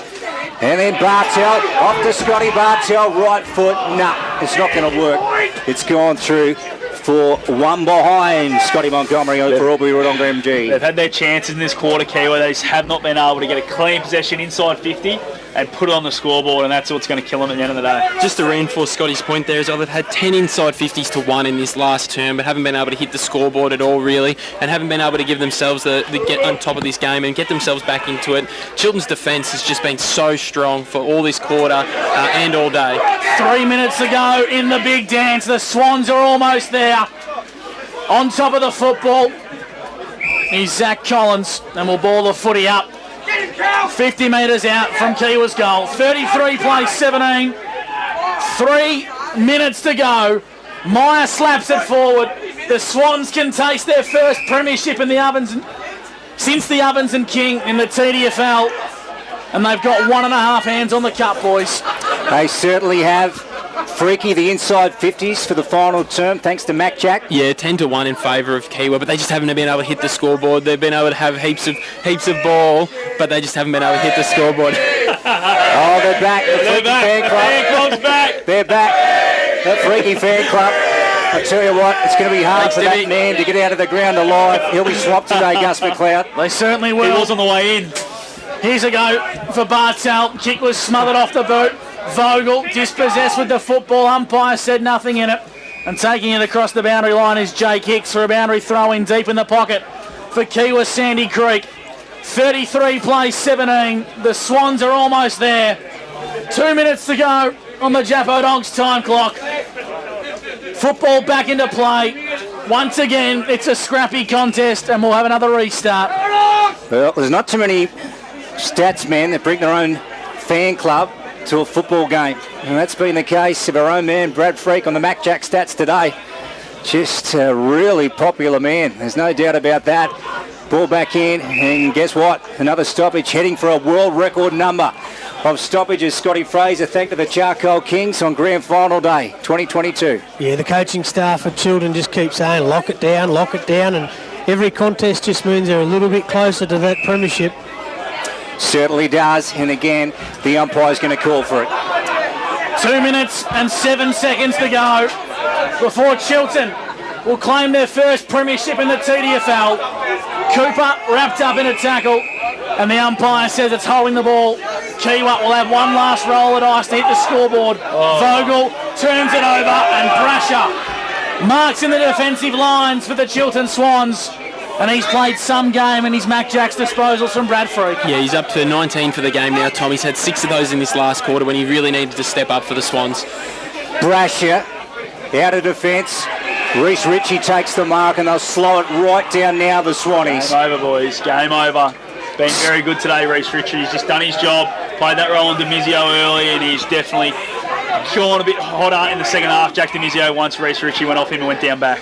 The Chiltern Swans will be premiers in the TDFL for 2022, down towards Dool and Collins. Ball punched out of bounds, and we'll have another boundary throw-in. Final term, almost 25 minutes gone on the Jappo Donks time clock. 33 plays 17.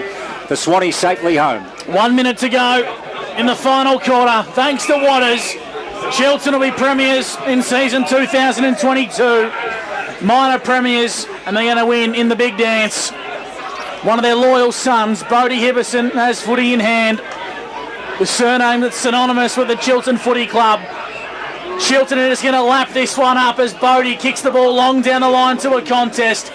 Flying across the pack is McGee and takes a strong mark. He's too far to score. And he's just going to suck some life out of this contest, Lukey. He certainly is. So McGee, about 70 from home, and he fires it in a high ball. It's a long one.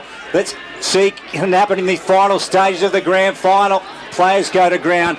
We'll have another contest, and it's just about siren time here at the Sandy Creek Recreational Reserve. 25 seconds to go. 4:9:33, the Chiltern Swans. Kiewa Sandy Creek 2-5. 17, 25 metres out from the Swans goal.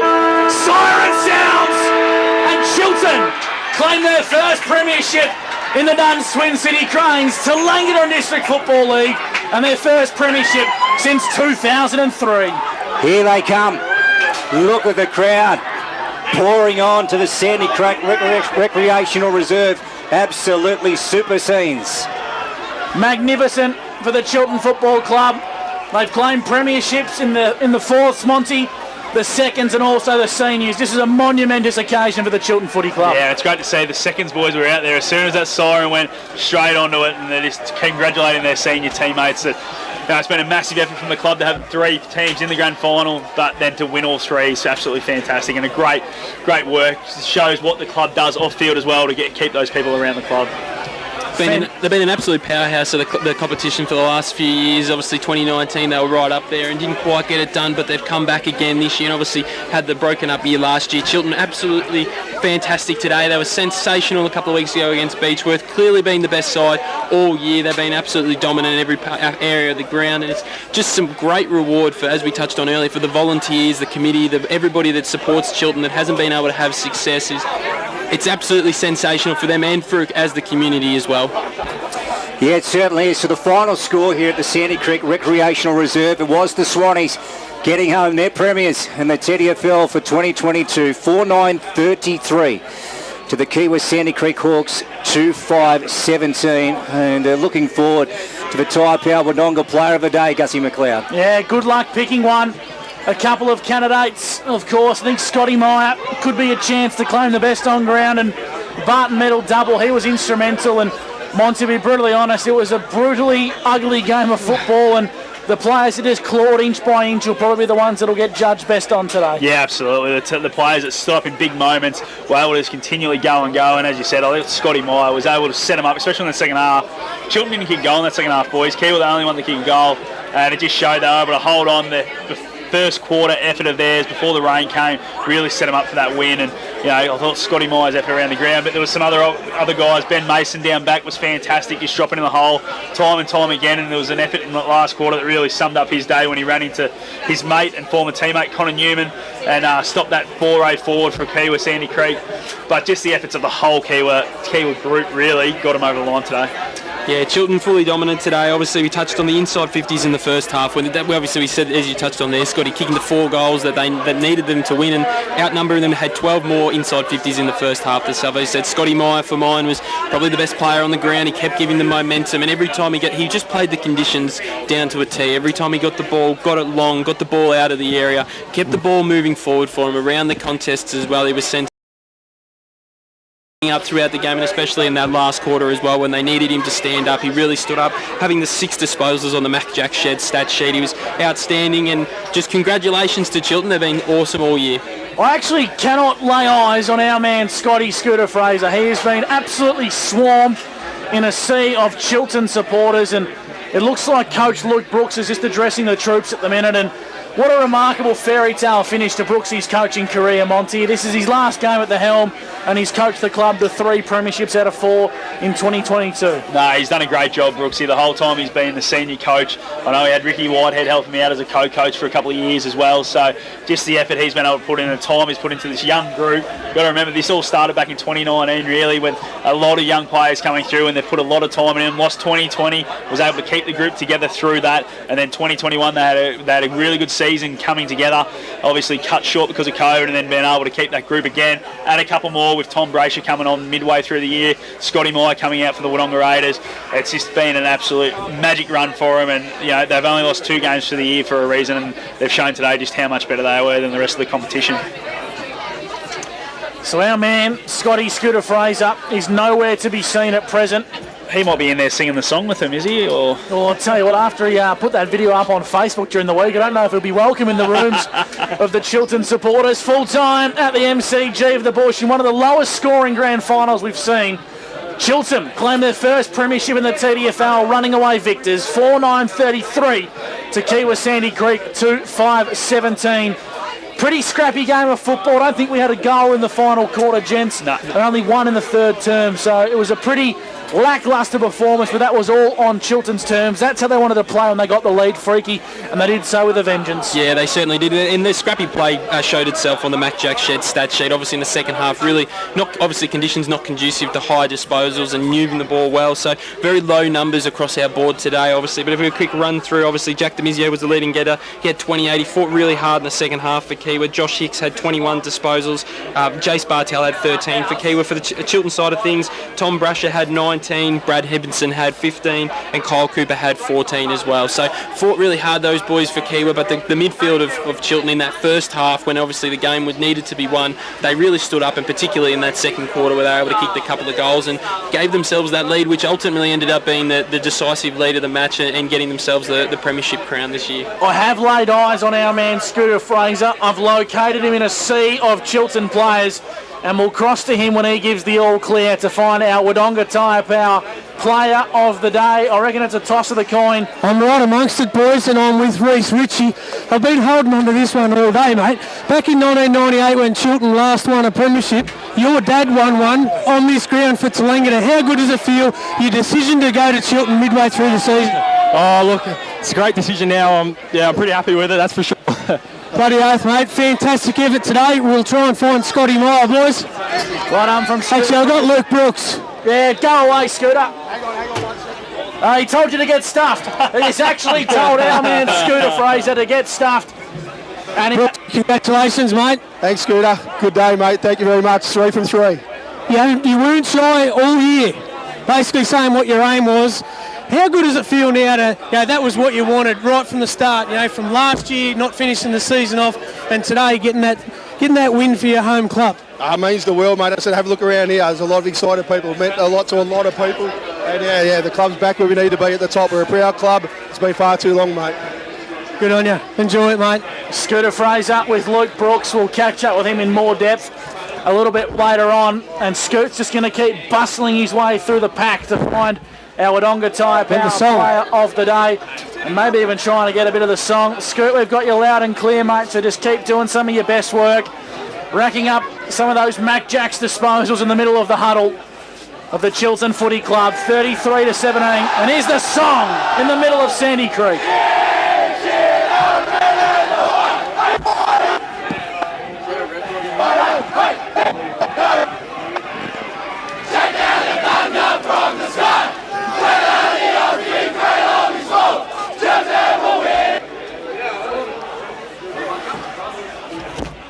We might have just lost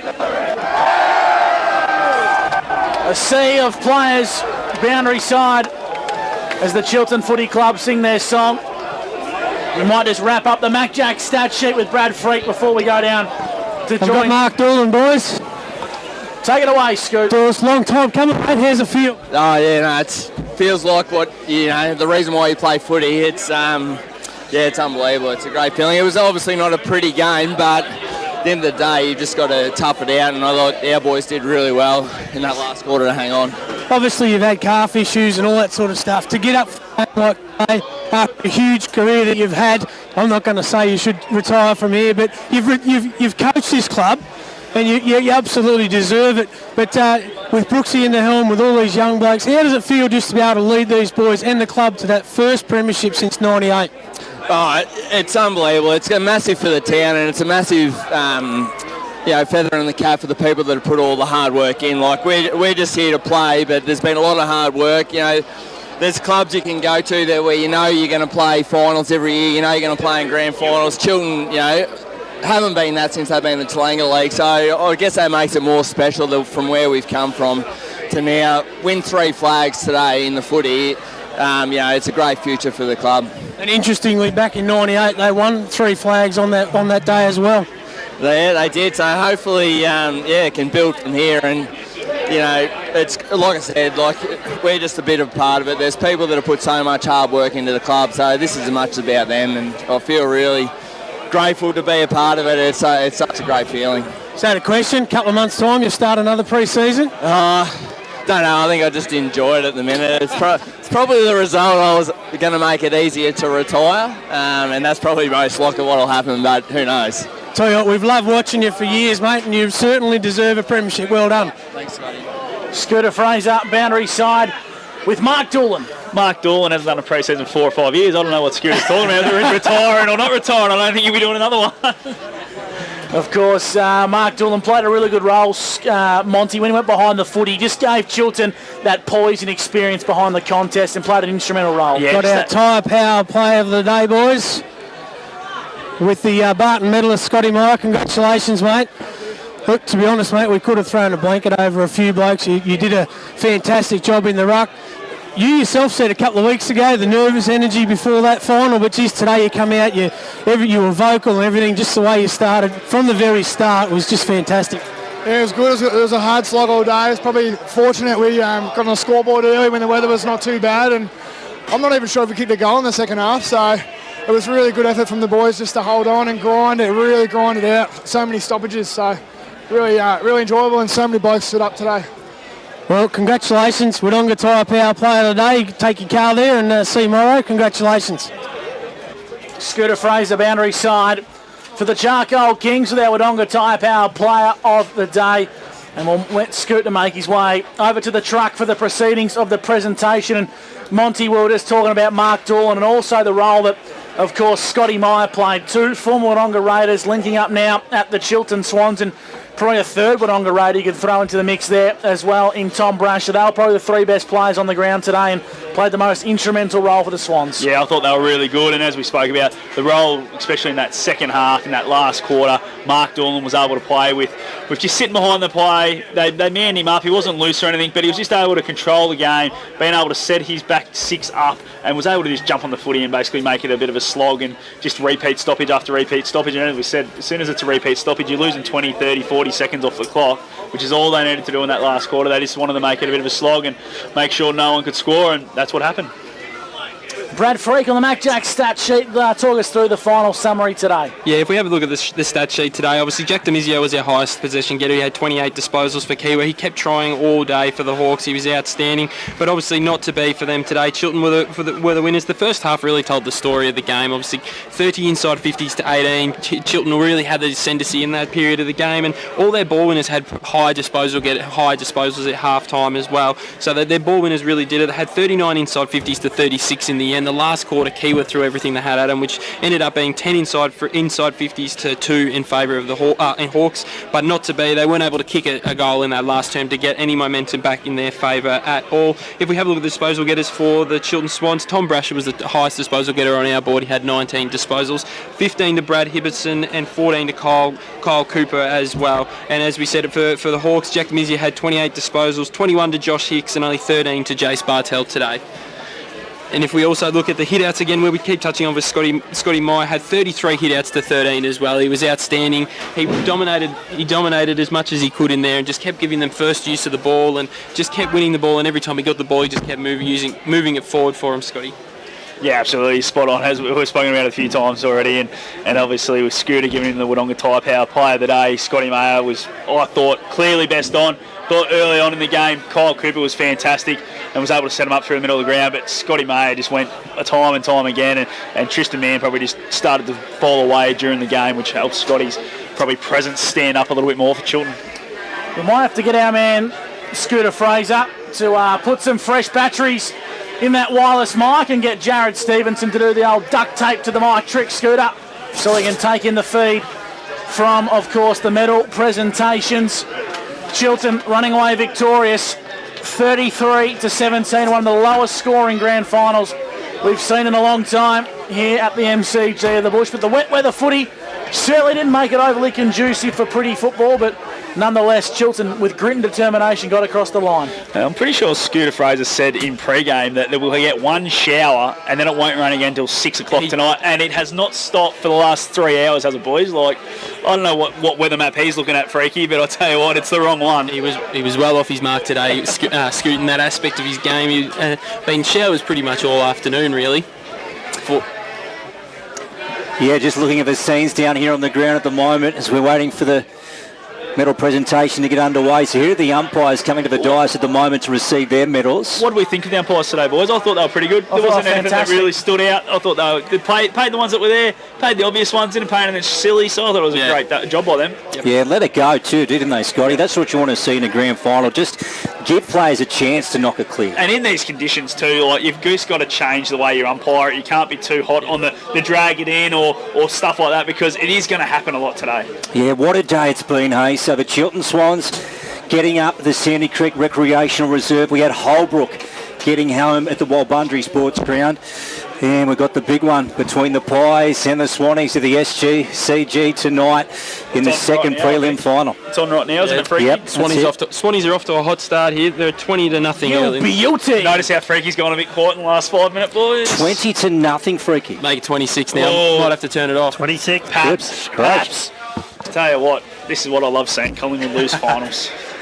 Might be a day for the Swans, obviously, Chiltern, and then now off to the SCG as well. But Freaky, you've had one win today, mate. Holbrook got up, so you can be all right. Yeah, that was. I'll be pleased about that one. But no, it was. Hopefully, better results soon. But yeah, obviously, really good job for Chiltern. They've been fully deserved. Obviously, won the reserves as well and the fourth. So it's been a massive day for their club. Obviously, starved of success in the football for a long time. But to be able to get 3 premierships in one day is a huge achievement. It doesn't happen very often to win multiple flags in one day. You might win a couple, but very rarely do you get 3 in a day. Yeah. Not that one yet. Head coach of the second side today, Jack Neal from Kiewa Sandy Creek.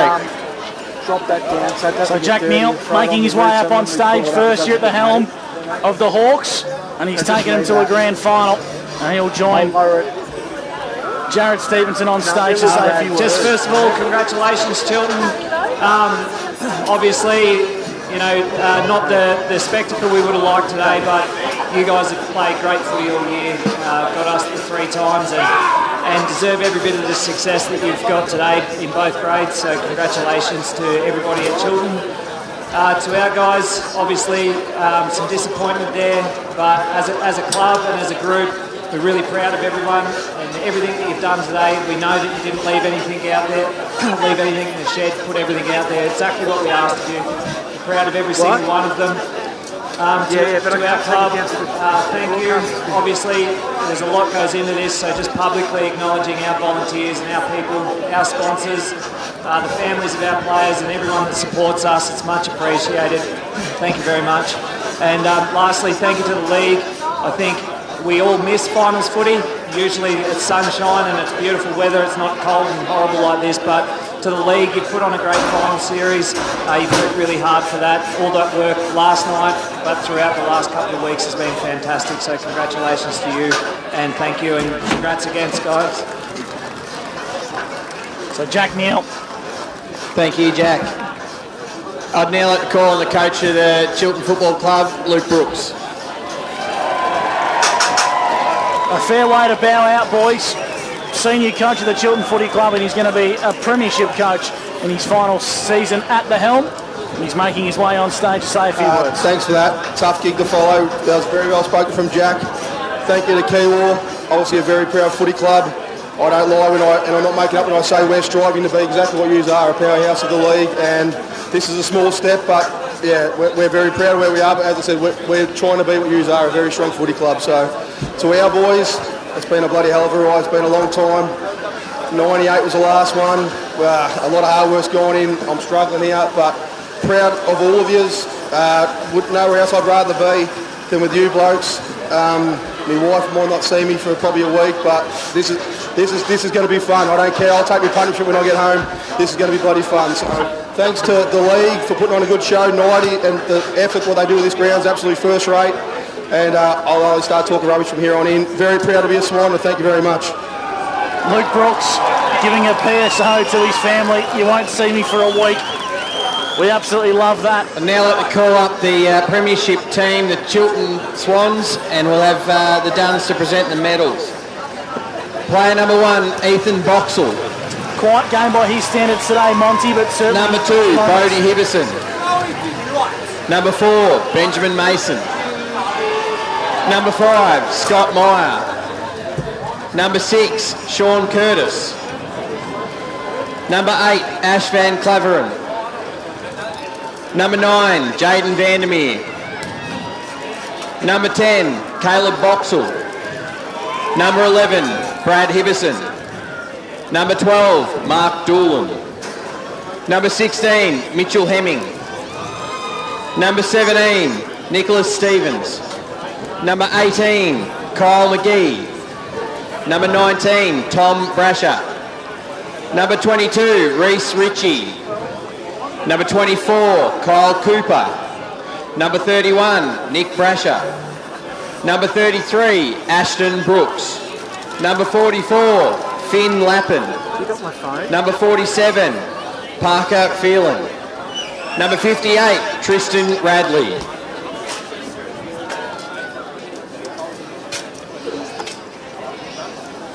Oh. Geez, you'd hope that's he knows who that is, don't you?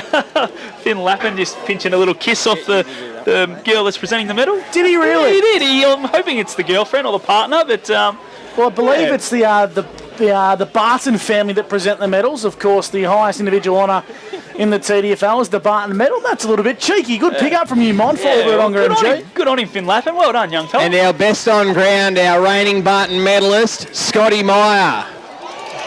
Yeah, how good was that? We've spoken about Dunny's asked if you can just come to the front of the truck, mate. He wants to put it on your neck.